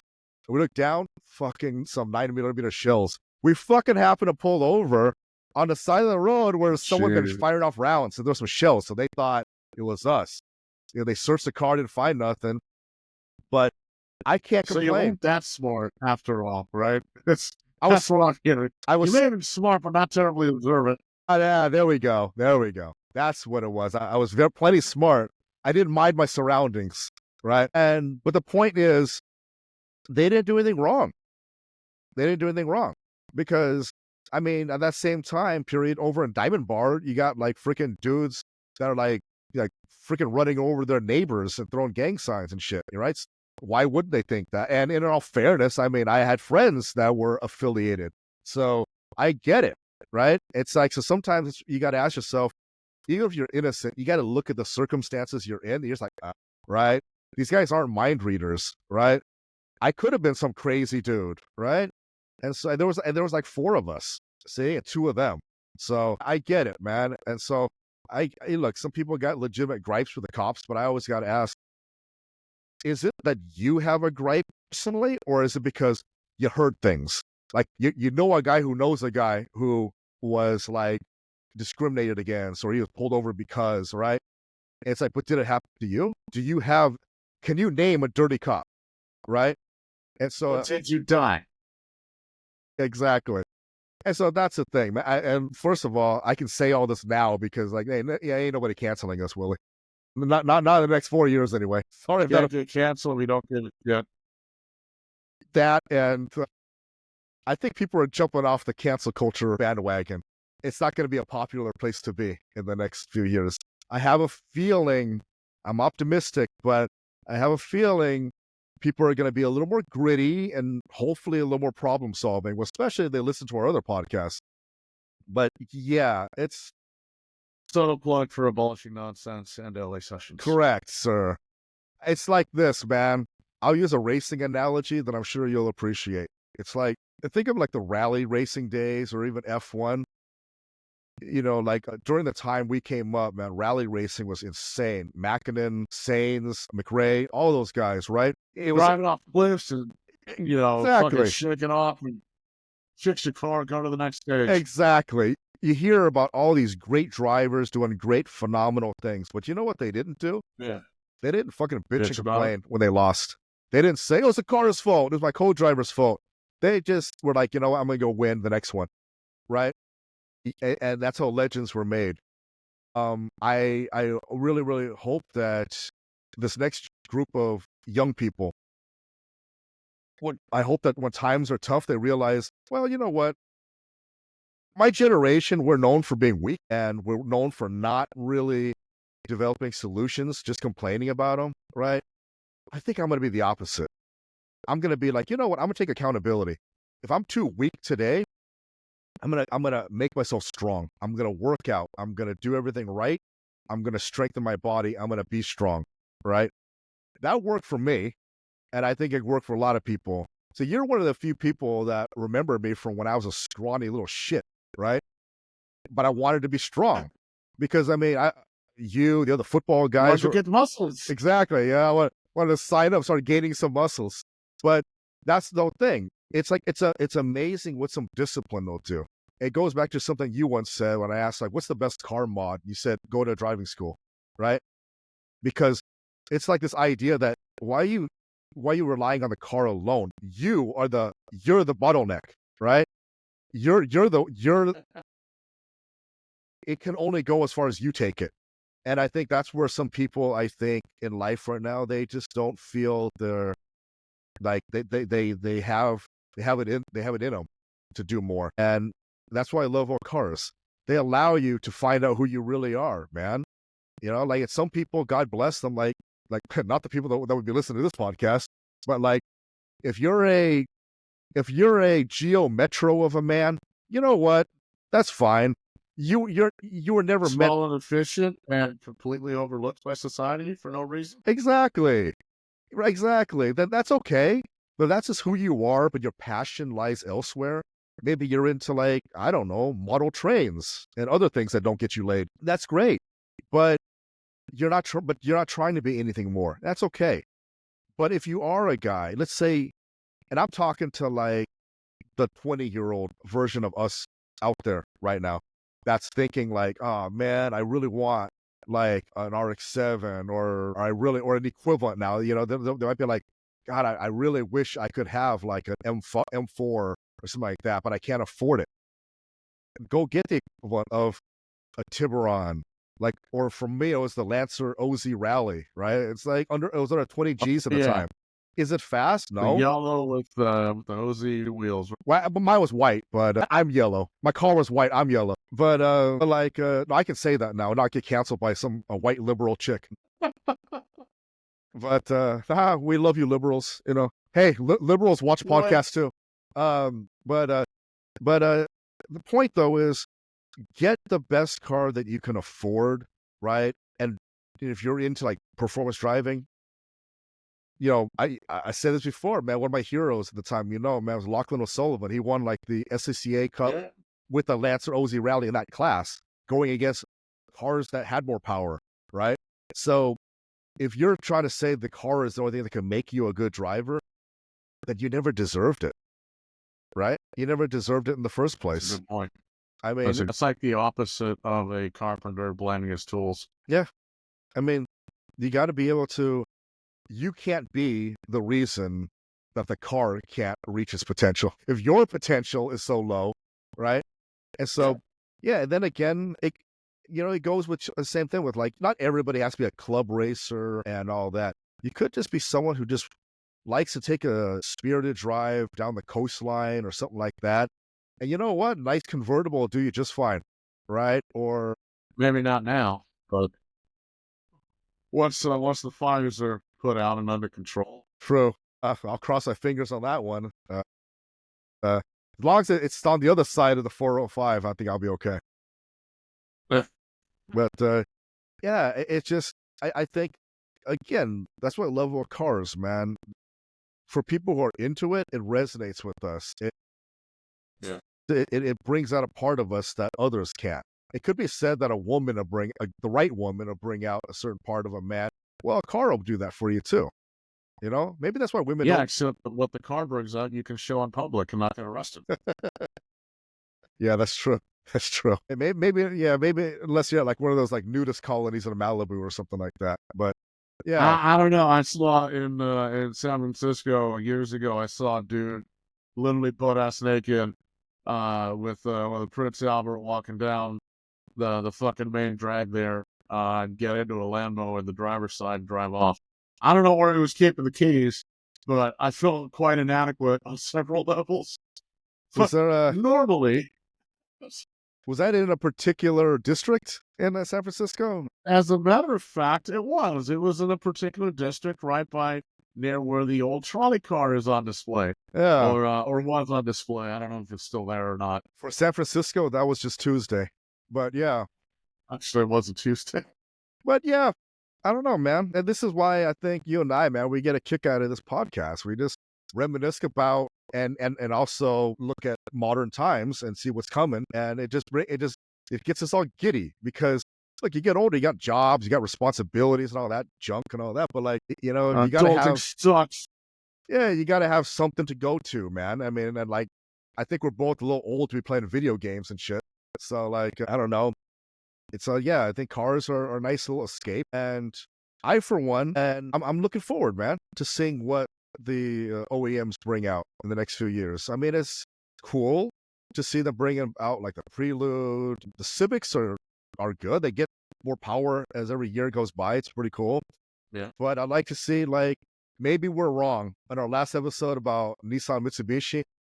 Maybe Honda is going to inject them with some juice and they're going to be like, you know what? Let's bring Rally Art back. Let's bring Nismo back. I don't know. Maybe not. I mean, personally, I think the only juice Nissan ought to get injected with is like pentobarbital to fucking put them out, man. Yeah. So just, so old yellow the place, man. Fuck it. So yeah. See, part of me is wondering if Honda disagreed to that just to so that they can own the Skyline nameplate. So it'll be the Honda Skyline. That'd be fine. Man. That would be awesome. And unlike the regular Skyline, it would be attached to an entire line of utterly shit cars. Yeah, no kidding, right? Although there's a part of me that's just going to be like a little icky if it becomes like the Honda Evolution. That's going to be a little weird. Yeah, I don't know, man. It's funny. You'd figure of all the Japanese OEMs to face folding, Mitsubishi would have been far ahead of Nissan, but life throws curveballs at you. I wonder how much of that has to do with at the end of the day, there's still a subsidiary of Mitsubishi Heavy Industries and Mitsubishi Finance, which is for people who don't know, for people who only judge Mitsubishi by the automotive division, which is comparatively small. Yes. The name Mitsubishi is huge in Japan, and not just for creating those planes that bombed Pearl Harbor. They Although I think they do have a business jet or what they call a regional jet do they? that they've made as well. Oh yeah, I mean, they make air conditioners. They make consumer electronics. I mean, they are a yeah. huge company. So I wonder if that's what kind of kept them afloat too. Like,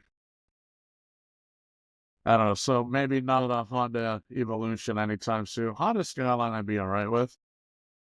It would be interesting. I mean, because Honda doesn't have a ton of experience with inline six turbocharged engines and all that, but because Yeah. I think they kind of perfected the whole low displacement, high revving thing. Yeah. That's Yeah. that's like their gimmick, Look at the S2000. right? Right, or even like the early Honda Civics and Integras, a high rev limit and everything like that.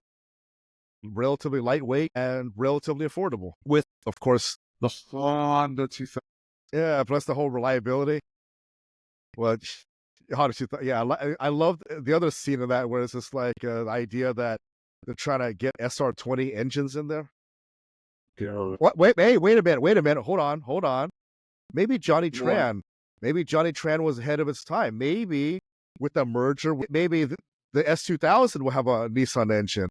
They always fetch a premium 1 week before Race Wars. That movie's like Blade. I think I could probably watch that after 20 plus years of not having seen it and quote it verbatim or almost verbatim. Yeah, If we have to, overnight parts from Japan. I like that little fucking subtle bow that Jesse does to the engine brake. It's like, yeah, yeah. But no, I mean we'll see we'll see how it all unfolds. But yeah, I mean, I think one area that I definitely is a blind spot for me that maybe in future episodes we can kind of cover more and do a little more research though is like I've never really been that knowledgeable when it comes to like the supercars like Ferraris, Lambos, and all that because I was never in a position to ever get one of those, so I never really bothered. They were just like those kind of aspirational cars. When you're a kid, right. I mean, I don't know if I'd get one now. I don't know how comfortable I'd be in a car that low with and all that, but like it's worth looking into, I suppose, considering you and I were just talking about the Lamborghini Ferrari rivalry, which for people who don't know, man, you talk about pettiness. Look up Lamborghini and Ferrari.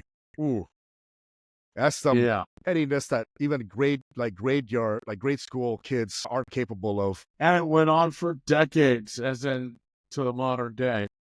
And Like, those involved in it are all dead, but it still carries over. right.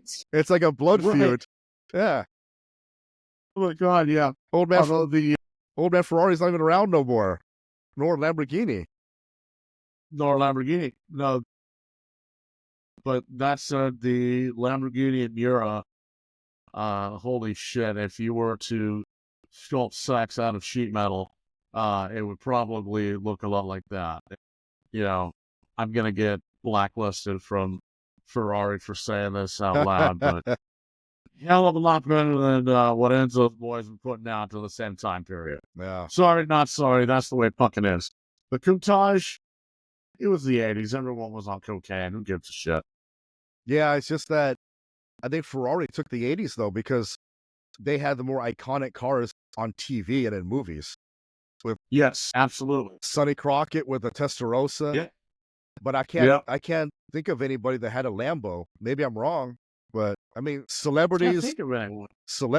and athletes had them, but like in movies, I can't think of a hero car that was a Lambo. I mean, the Countach, I thought, was in Cannonball Run. I don't know if it was in Miami Vice. No. I'm going to be honest. Given what we know about Ferrari, you think they would have allowed a Lambo?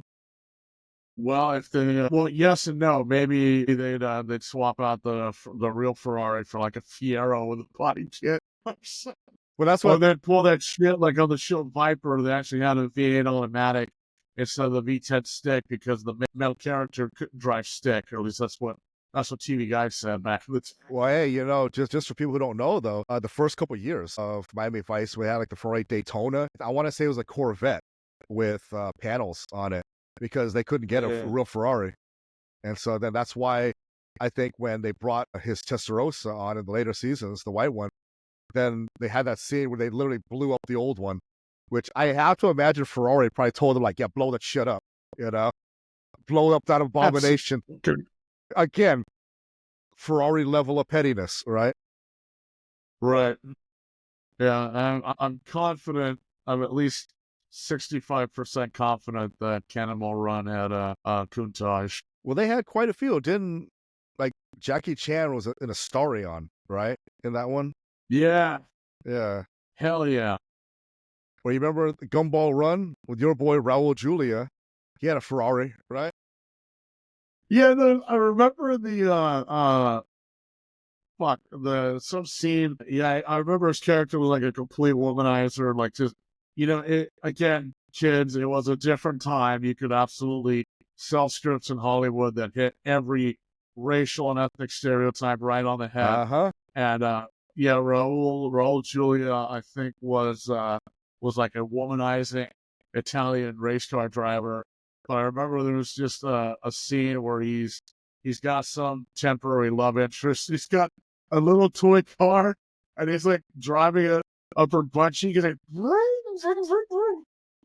so he's sitting there, and I'm sitting there like, no guy could ever be good enough in bed to get away with that shit. I don't care who the fuck you are. Oh, I remember that other scene with him where he says something like, made a comment like, let me teach you about Italian driving. And he rips off the rearview mirror. He throws it away. He's like, what's behind me doesn't matter. Yeah, exactly. Yeah. Yeah, that was another classic, another 80s classic there. Although that is one thing that, people, in a case of life imitating art, imitating life. So Cannonball Run, I don't quite recall which one came first, of Gumball Rally or Cannonball Run. But the point is that during the crusade against speed, because believe it or not, we used to have speed limits on the interstate. You and I grew up in the era of 55 mile an hour, which most people like, what? No. But again, that was the big thing when they were going to do away with the national speed limit and let states set their own rules. But prior to that, it was either the Cannonball or the Gumball, but it was a real life, unsanctioned, coast to coast race. That I know the Cannonball started in New York City at the Red Bull Garage and went to Redondo Beach in LA, and I think the Gumball did something similar. But the point is, like, I think the Cannonball is still going on, or at least was until recently. That's what's kind of cool about, if you were very much a car guy, a gearhead, whatever. Again, not supporting, unsanctioned over-the-road racing, especially in a country of 330 plus million people who have no fucking idea what you're doing. It's like, oh, there's some crazy asshole doing 120 on I-10. Oh, shit. But no, like that was kind of one of the first big protest movements, I think. Yeah. In modern automotive history, were these unsanctioned coast-to-coast races. And I remember there was the Polish, I think they call themselves the Polish Drivers Racing Association or something like that, but they were very self-deprecating, and they issued a challenge letter, like, if we can find our way to Los Angeles, we'll beat you, or something like that. And they ended up putting, one of the teams, I'm pretty sure it was them, ended up putting barrels, like oil barrels, full of gasoline in the back of an old pedo van. I like the 70s one with the round rear window that always came with that Nancy Brown shag carpet. And then they just filled the whole thing up with barrels, oil barrels full of gasoline, and just did the whole thing nonstop. Shit like that. But yeah, different times. I figured the way to beat the Polish drivers is just to pull your car in reverse and drive, and then they're gonna think they're going the wrong direction. If you don't get Polish jokes, you're too young. Willie and I come from a different time. I used to work with a few Polish guys. Very sweet, very self-deprecating, very funny. They tell you that all their names end in ski because they don't know how to spell toboggan. Well, of course, they were allowed to say that because they were Polish. If you said that, they didn't find that very funny at all. No, then they give you the Polish hammer, even Ivan Putski Exactly. style. Yeah. Well, you remember that line because he's talking about 55 miles an hour. The line at Gumball Rally about it Yeah. says 55 miles an hour is dangerous because it's slow enough to think you're safe or fast enough to kill you. Yeah, and it's funny you mentioned that. Like, there's been more than one study. I remember years ago, I was actually in a now ex-girlfriend's parents' place, and they lived in Ann Arbor, Michigan, which I think is kind of a lovely town. But I was reading a study that measured accident fatalities in terms of speed, and you'd think like, okay, well, faster is more bad because you more die. But in reality, the speed itself had no statistically significant impact. It was the difference of speed, how fast you were going versus the mean speed of traffic around you. Gotcha. That's what determined how bad the accident was.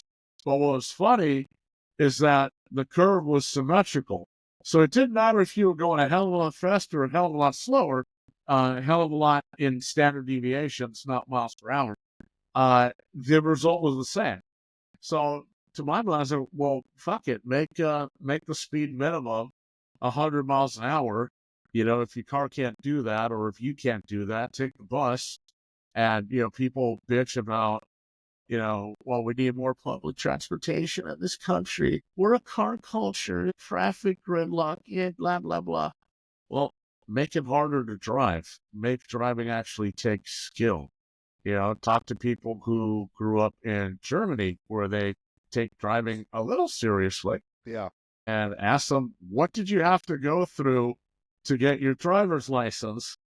And it's staggering. Like, you and I had a chat about this years ago, how it's amazing. Like in the UK at the time, I know it's for bike licenses. I don't know if they have the same things for cars, but they had graduated licenses where you were only legally able to buy so much stupid on two wheels at any given time. And, the whole point was like, ideally, I'm assuming the point was to make you develop skill with less capable vehicles before you went out and bought some fire-breathing leader bike and, obliterated yourself on the tarmac. But here, it's hysterical to me that you get a 16-year-old with daddy's Centurion car go out and buy, a Koenigsegg, 1,300 horsepower monstrosity, and with 20 hours of instruction under your belt, you can go out and kill everyone on the road. Mm-hmm.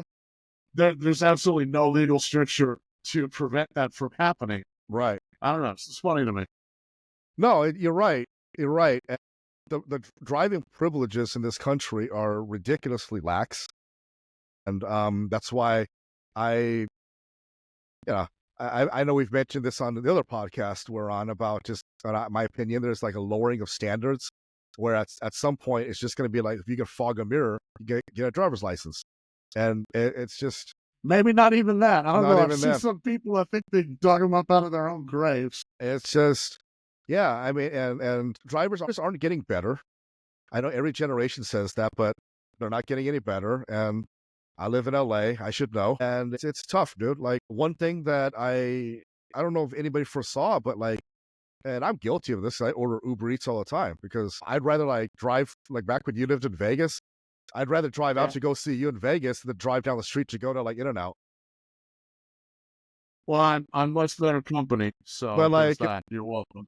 But like, so I'll order Uber Eats, but the problem I'm seeing now is a lot of Uber drivers now, because they'll pick up multiple orders and all that, they're in a hurry. So they'll just pull over in front of an apartment complex, a condo, whatever, like a residential area, put their hazard lights on, run inside, but now it just effectively slows down traffic. Because I'm not talking about they're pulling into like park, like off on the sidewalk. No, they're actually in their the actual drive lane of travel. Yeah, they're actually there. Of course, it pisses everybody off and all that shit, but that's just a byproduct of their career choice, right? And first of all, just for the record, when I order something and this motherfucker's got like 3 orders ahead of me, I start incrementally decreasing my tip, because that ain't cool. Because come on now, if I ordered it and Uber says it's projected 10 minutes away and that's an hour, no, somebody's getting greedy now.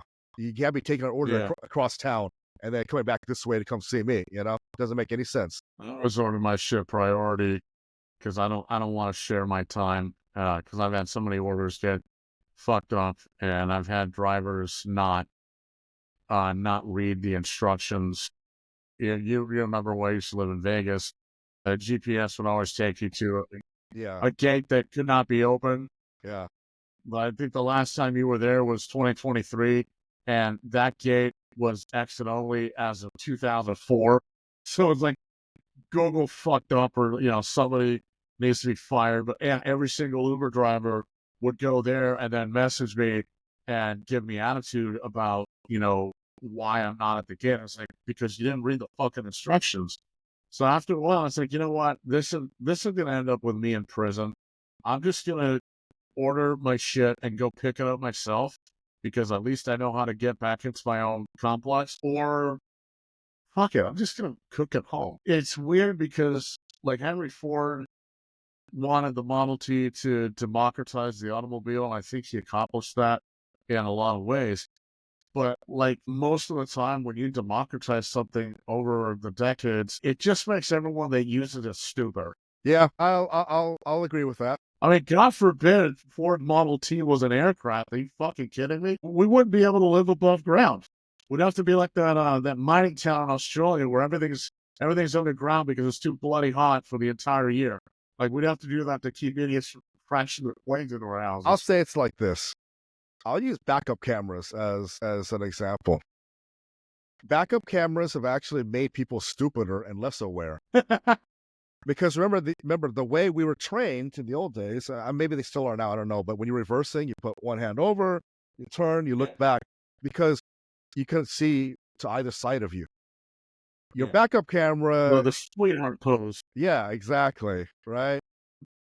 With modern cameras, you just look, but if there's someone walking across with a shopping cart, because even shoppers are dumber. They'll still be like, "Oh, what do you always hit me?" Even though like they walked into it, but like you wouldn't have that problem if you still kind of backed up the traditional way. I mean, I personally take a little bit longer to back up for that very reason, because man, you could do everything right, but someone else could do everything wrong.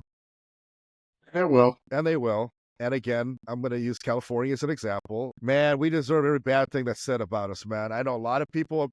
Well, actually, I've interacted with some people, some colleagues that like right now it's a big time to be like for LA, like because of the fires and there's all this Los Angeles pride. And I'm like, I don't have any pride, and I live here because I have to. I grew up in the Inland Empire, man. I don't. It's quieter out there. The Valley of the Dirt People. Yeah, these crazy these crazy Los Angeles deviants, these degenerates. It's like, again, I live out here because I have to, not because I want to. And hopefully in 2025, hopefully not for long, but we'll see how all that goes. But I mean, the fires might have something to say about that. That's why we have insurance. But no, I'm like, I got no connection with it. I think of LA and I think like, man, some of the worst shit that's happened to me since Los Angeles, man. And so maybe there are people out there like, oh no, Los Angeles is great to me and all that. I was like, you probably drive a shitty car that never got damaged, Right. I mean, it's like, okay, when you drove a fucking Hyundai to get here, I drove a fucking $60,000 BMW. That's who I am, okay? And unfortunately... And you're nothing. Man. You can't handle a man's world? Go home and tell your wife your troubles. Nice guy. Like Gary Glenn Ross, folks, one of the best scenes ever. Nice guy. Go home, play with your kids. That was the only scene Alec Baldwin was in, and he got an Oscar nod for that movie. You want to talk about return on investment? That was like 9 minutes of screen time. He was in it. It's one of the greatest movies ever filmed. He was in that movie less than Sean Connery was in Highlander 2, man. So, yeah. But, yeah. Yeah, I mean, LA Pride, the last time I was in LA, they had the LA Pride shit was when the Lakers were on a tear. And it was funny because the Lakers ended up winning, and like everybody, especially in downtown, I was working, I was actually working security at a club by the Staples Center. So you want to talk about, epicenter of hell. It's weird to me because like a couple years ago when the Lakers lost, everyone got pissed off and like started throwing shit and like lighting fires and, turning the city into a mess. And then the Lakers win and they get pissed off and throw trash and light the city on fire. I was like, what the fuck is wrong with these savages? These people are never happy. That's what happened at Huntington Park when the Dodgers won the pennant. Yeah, they decided. Lawyers. Say it right. Lawyers. Exactly, yeah. And they decided, yeah, let's throw some flammable shit at the cops. But the cops are the bad guys. Just, right? Yeah. Yeah. That was like, man. It's like that Chris Rock thing about being pulled over the cops where he's just like, the key is, he says like, don't be an asshole. Yeah. I'm surprised he didn't get canceled 4 years ago. Not in the next 4 years, I'm saying in the last 4 years. Yeah, well, I'm not for lack of trying, I'm sure. I don't know. I think he's probably too self-deprecating to be canceled. Although I still love his rant about unconditional love. Now, was it only women, children, and dogs are loved unconditionally? Men are loved on the condition that we provide something of value, or something along those lines. I'm sure YouTube has the clip. He's not wrong. He's not wrong. However, what separates, real men, and then we're going out, not talking about cars anymore, but like what separates the men from the boys, though, is that men know that the whole thing about unconditional love, and they live their life and they're still like, yeah, that's fine. That's why I'm going to be a provider. Whereas the losers, the ones who don't fuck the prom queen, are the ones that are like, it's not fair. Hey, love should be enough. It's like, love don't pay the bills, fool. It's like, when's the last time? Those are the people that buy CBTs and are happy with them. Exactly, right? They're the ones who should have been caught in a Pinto fire. But no, I mean, they're the ones that go through life complaining. Like, if I had to draw to cars, I would say they're the ones that, yeah, they'll drive the proverbial Pinto, but cry about, why do these guys have nice cars and I don't? It's like, what? You don't want it enough too? You're not willing to put in the work for it, And like, listen, is there a little bit of delusion involved sometimes? Yeah, if you're like just some guy that you're just some jag, and you're like, I deserve a Lamborghini, Aventador. It's like, yeah, well, and I deserve Jessica Alba, on my silk sheets, but that doesn't necessarily make it fucking so. All right. She's single now, by the way, too. Ooh, man. I'm sure she's so happy to know that we're fans. Yeah. I'll say this. She can rest easy tonight. Yeah, man. I'll say this, man. Unlike everything else that was cool and hip when we were younger, like the Ninja Turtles and G.I. Joe and Transformers, but now it's not cool. Yeah. Nah, she's still cool in my book, man. She still look good. So I'm sure she's watching right now and just totally like flattered. I'm sure. I think she was our first follower. Yeah. No, but it's you're absolutely right, and I think, they say the clothes make the man. I don't necessarily want to believe that, because my attire is either a suit for meetings or it's my Hawaiian shirts for the podcast. And the other 95% of the time it's gym clothes and sweats, because I just don't give a shit anymore. But I think I think there is something to be said about, the car speaking volumes about who you are as a person, but also, how you relate to it and the road also probably speaks a lot about who you are as a man. So, and I'm not saying like, I'm not saying that if you don't have a super exotic or, something that costs as much as 16 houses that you're a loser. I'm certainly implying that, but I'm not saying it. I'm kidding. But no, honestly, it's just one of those things that, I think I had the most fun driving when I was broke as shit. I wouldn't go so far as to say that my first car, which was my mother's 84 Volvo 240 wagon, you want to talk about an unbridled sex machine. Holy shit. That car was so ugly, it would actually take game away from other people who looked at it, let alone you driving it. You would never get laid in that car. You would prevent other people from getting laid just for that car existing. So you're like William H. Macy's character in the movie The Cooler? where like, Yeah, yeah, you bring bad luck. absolutely. Yeah. Absolutely. But no, I mean, you bring up a good point where you get, buy the equivalent, buy the best you can afford, but don't shit on yourself. Don't denigrate yourself because it's not a Ferrari or it's not, whatever your dream car is. Like, first of all, yeah, those cars are fantastic, but ask anybody that got into one of those too early and they'll tell you there's a big yawning chasm between being able to buy the car and being able to afford the maintenance.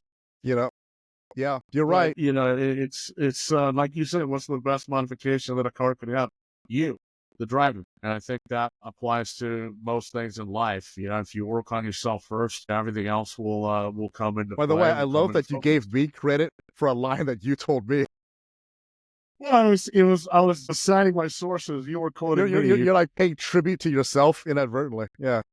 As we learned from the great plagiarism case of Creedence Clearwater Revival, you actually can't plagiarize yourself. I'll say this, like, my first co-host on LA Sessions, I remember she said something before that rings true from a female's perspective, because one of the questions I posed her about, like, with men and confidence, right? And she says confidence is incredibly sexy in a man, but he's got to own it though. And so, I gave the example of, like, what would your advice be to, like, a dude who's like, he doesn't have a whole lot of money, and so he can't take a woman somewhere really nice, right? And so, to paraphrase and apply it to what we're talking about. So let's say you're a guy who doesn't have a lot of money, and so let's say the only car he can afford right now is, I don't know, let's just, like, given the time period, let's say it's like a used Geo Metro. No, let's not go that far. We're still talking about men. Let's say it's like, let's say it's an old Acura RSX, but not the Type S. Maybe it's just the entry level one. It's a respectable car, and you could get it.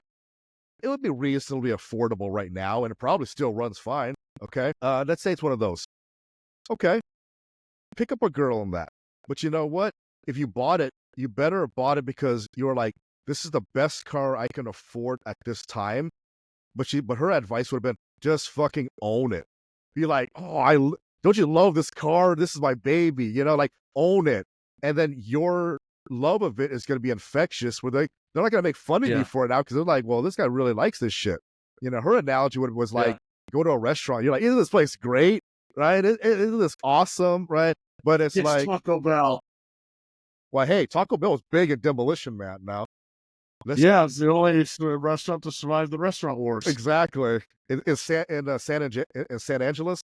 Yeah, but she does bring up a good point, because it does seem weird sometimes. But yeah, when a man is passionate and really confident about something, man, it doesn't matter, because it comes off as hot, because he truly doesn't give a shit what anybody else thinks. He's proud of it, and as long as you're not faking it, yeah, then you could probably get away with it.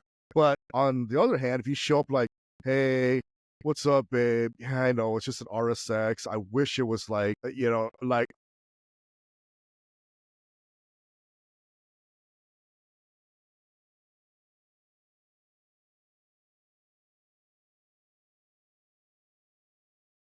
Yes.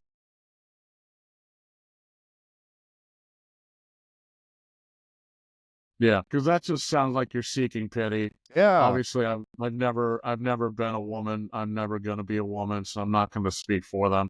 But just as a guy, if I heard someone say that, I would just go fucking pour my drink in their lap, save the girl the effort of doing so, because that just sounds so pathetic. And honestly, if you own it and you're still getting shit from your date over it, I would honestly say be happy and be grateful, because she's saving you the effort of getting to know her. It's like, yeah, okay, it's an RSX, and you don't like it, there's the fucking bus. Yeah. Yeah. No, I agree. And I think so many young people now, the Gen Z population, it's like, I know I said this in our other podcast, Abolishing Nonsense, and we'll leave a link to, for people who want to watch that. Like, there's so much like identity diffusion right now. These kids these days, man, I feel bad for them in some ways. Like, man, they don't even know who they want to be. That's why they're all dressing alike with those goofy ass, like, JAMA pants and, for like, sandals, broccoli hair, and because they don't, that's the best they got. They're like, it's like they were all made in the same factory. But every now and then, you see one and you're like, he's the one, right? Because he's different. He's different. He's actually dares to be different, right? Marches to the beat of his own drum, and you're just like, that motherfucker's gonna make it. He's gonna go places. I don't know anything about him, but he's got potential. He's well, I look at that, I just kind of think, kind of reminds me of me. But Subtle and not at all egotistical. it's like, he reminds me of me. Now I really hate him. But yeah, another 90s gem, people. Tombstone, 1993. I finally watched that in I think 2007. I remember you were on my ass about why would you see Tombstone and blah blah. And you know what? I'm gonna lose my man card over this. I don't give a shit because a real man doesn't give a fuck what other people think. I still haven't watched Rocky, and I don't care. Any of the Rockies or just the first one? Just the first one. I've seen Rocky 4, which is the one that matters because the one where he fights punches communism? out the entire. Yeah, he knocks out the entire Soviet Union. Everything Correct. else is just prologue. Yes. By the way, Yeah, there's a really good fake ESPN 30 for 30 on Rocky 4, where they interview they make it really cool, like it was an actual event, and they talk about how Rocky Balboa defeated communism and all this, and it was so funny because they treated it like a real fight. They're all like, it was so intense that sometimes they threw punches that didn't even connect, but the air would knock the other guy back. So funny. Now, did they actually have Dolph Lundgren and Stallone in character for this, or I don't or remember. no? I don't think they did. That would be fucking. It would have been awesome. funny. And I would have rather watched that than Expendables 4. Just to be honest with you. But they had Max Kellerman. They had all those boxing pundits on there, right? And it was really, really good. But yeah, no, it was a different time. That's for sure. It was when rampant patriotism was not only popular, it was right. And you went, I don't know about you, but I'd go watch movies back then, and cars back then had so much testosterone that if you went to watch Predator and you were a guy and you rolled up in a vet and you watched Predator, by the time you got out of the auditorium to go back to your car, you were still somehow pregnant. It's just breaking all rules of biology and logic. It just didn't fucking matter at all. Yeah, it was a different time. Now that would be called misogynistic and all that, but I don't know. I have a feeling movies like that may come back in the next 4 years. I have nothing to base on. Not that anything's changing in the next 4 years. It's just I'm a clairvoyant. I have a feeling traditionally macho things are going to come back. I even think somehow the Macho Man will be resurrected and he'll come back. Now that I would love to see, maybe from a safe distance, because necromancy's kind of spooky. Hey, that was my childhood hero. If it could happen at any point in history, it would happen within the next 4 years. I mean, listen, man. Look, I always encourage people, maintain control in your life, and you're going to find yourself not really affected and not really crying about the ills of civilization, any pitfalls you might encounter, for one simple reason. It's because you have a good life. Because you've got control in your life. You're not out blaming this guy, saying it's her fault, his fault, asphalt, No. You're asphalt. San Andreas' fault. But they're just, they just blame everything. And it's are some things outside your control? Absolutely. Don't get hung up on that. Find aspects you can get control in, or else you're going to be one of those idiots throwing trash off of a freeway overpass because it's the only sense of control that you have, And so, well, everyone wants to be a rebel and stand out and be thought of as revolutionary. Here's something revolutionary. Get a fucking job and do well at it and improve yourself and, be successful. Because if you have a world that is inundated with lazy morons, being a man, for lack of a better term, and, working on yourself and being successful at the expense of everything else, that in and of itself is a revolutionary act, even if you don't make it to the top 0.001% of net worth. The fact that you have the gall and the wherewithal to chase a dream and to have grit, as you mentioned, it's sad that that's a rebellious act, but that's the world we live in. So use it to your advantage. I agree. I agree. And you know what? If you have a goal in mind, like I've shared mine about like ever since I saw Jackie Chan driving like the Lancer Evolutions, like the 4 and the 5, I was like, you got to have one of those. And you know, you were there when I got one. You were like, That was awesome. you were the first guy I called because it was like, in some ways, if you really think about it, you know, because you did the same with the Tiburon and like every time, right? You know, you would let me know when you went on one of those BMW, like, was like a Susan Komen Drive for the Cure The things. Drive for the Cure. Right. Oh, yeah. That was share awesome. You share that with your boys, right? You share that with your boys because in some ways they're just as happy for you. And it's just, you always want to see one of your guys kind of move up because I always joke that like amongst my, like, you know, like my friends and all that, I always say like I had the fastest car, but I wasn't the fastest driver. That would have been you know, with your autocross times and all that. But that's the thing. I don't know. You were pretty fast on Ring of the World. What I might have gotten the wreck. If things went wrong, I would have gotten the record for the fastest downhill. That's true. We would have hit. You would have found a shortcut. A terminal velocity. But the first, last, and only Mitsubishi Eclipse to break the sound barrier. See, you see, for this generation, this is what our generation did. We laughed about death. You know, we gobbled up danger like ordinary men eat peanuts. Eventually, we laughed. But I don't think we were laughing at the time. And it was so fucking hard when you dropped me back off. And I think my girlfriend come over to stay the weekend. She's like, how was it? How did you look a little bit? And honestly, as God is my witness, the only thing I can think of to say in return is, oh yeah, buddy, now I just wanted to match you. I don't know what the fuck to say. Of course I failed. I stared the Grim Reaper in the face and I tapped him in the balls. Oh, those are good times though. But yeah, no, but again, like I said in previous episodes, like I want that for people. Not the near death part.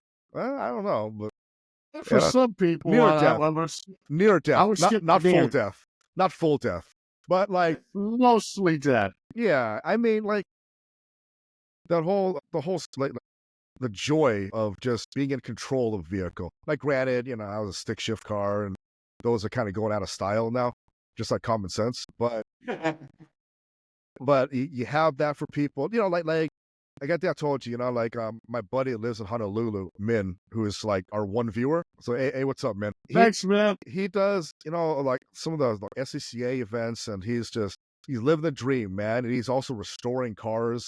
I remember visiting him a couple times and seeing it, and I know it's generational because I think he really wants that for his little girl. So I don't know if they want that. But it's cool, man. It's just, you know, just wrenching on those cars in his backyard and all that. It's a good life, man. And I'm glad for him. He got to still be able to do that. And he never stopped. That's the beauty of it. He never stopped. Like, I took a break. I mean, so we've taken intermissions, you know, so. But, yeah, we had bills to pay. We took the easy way out of focusing on career. Yeah.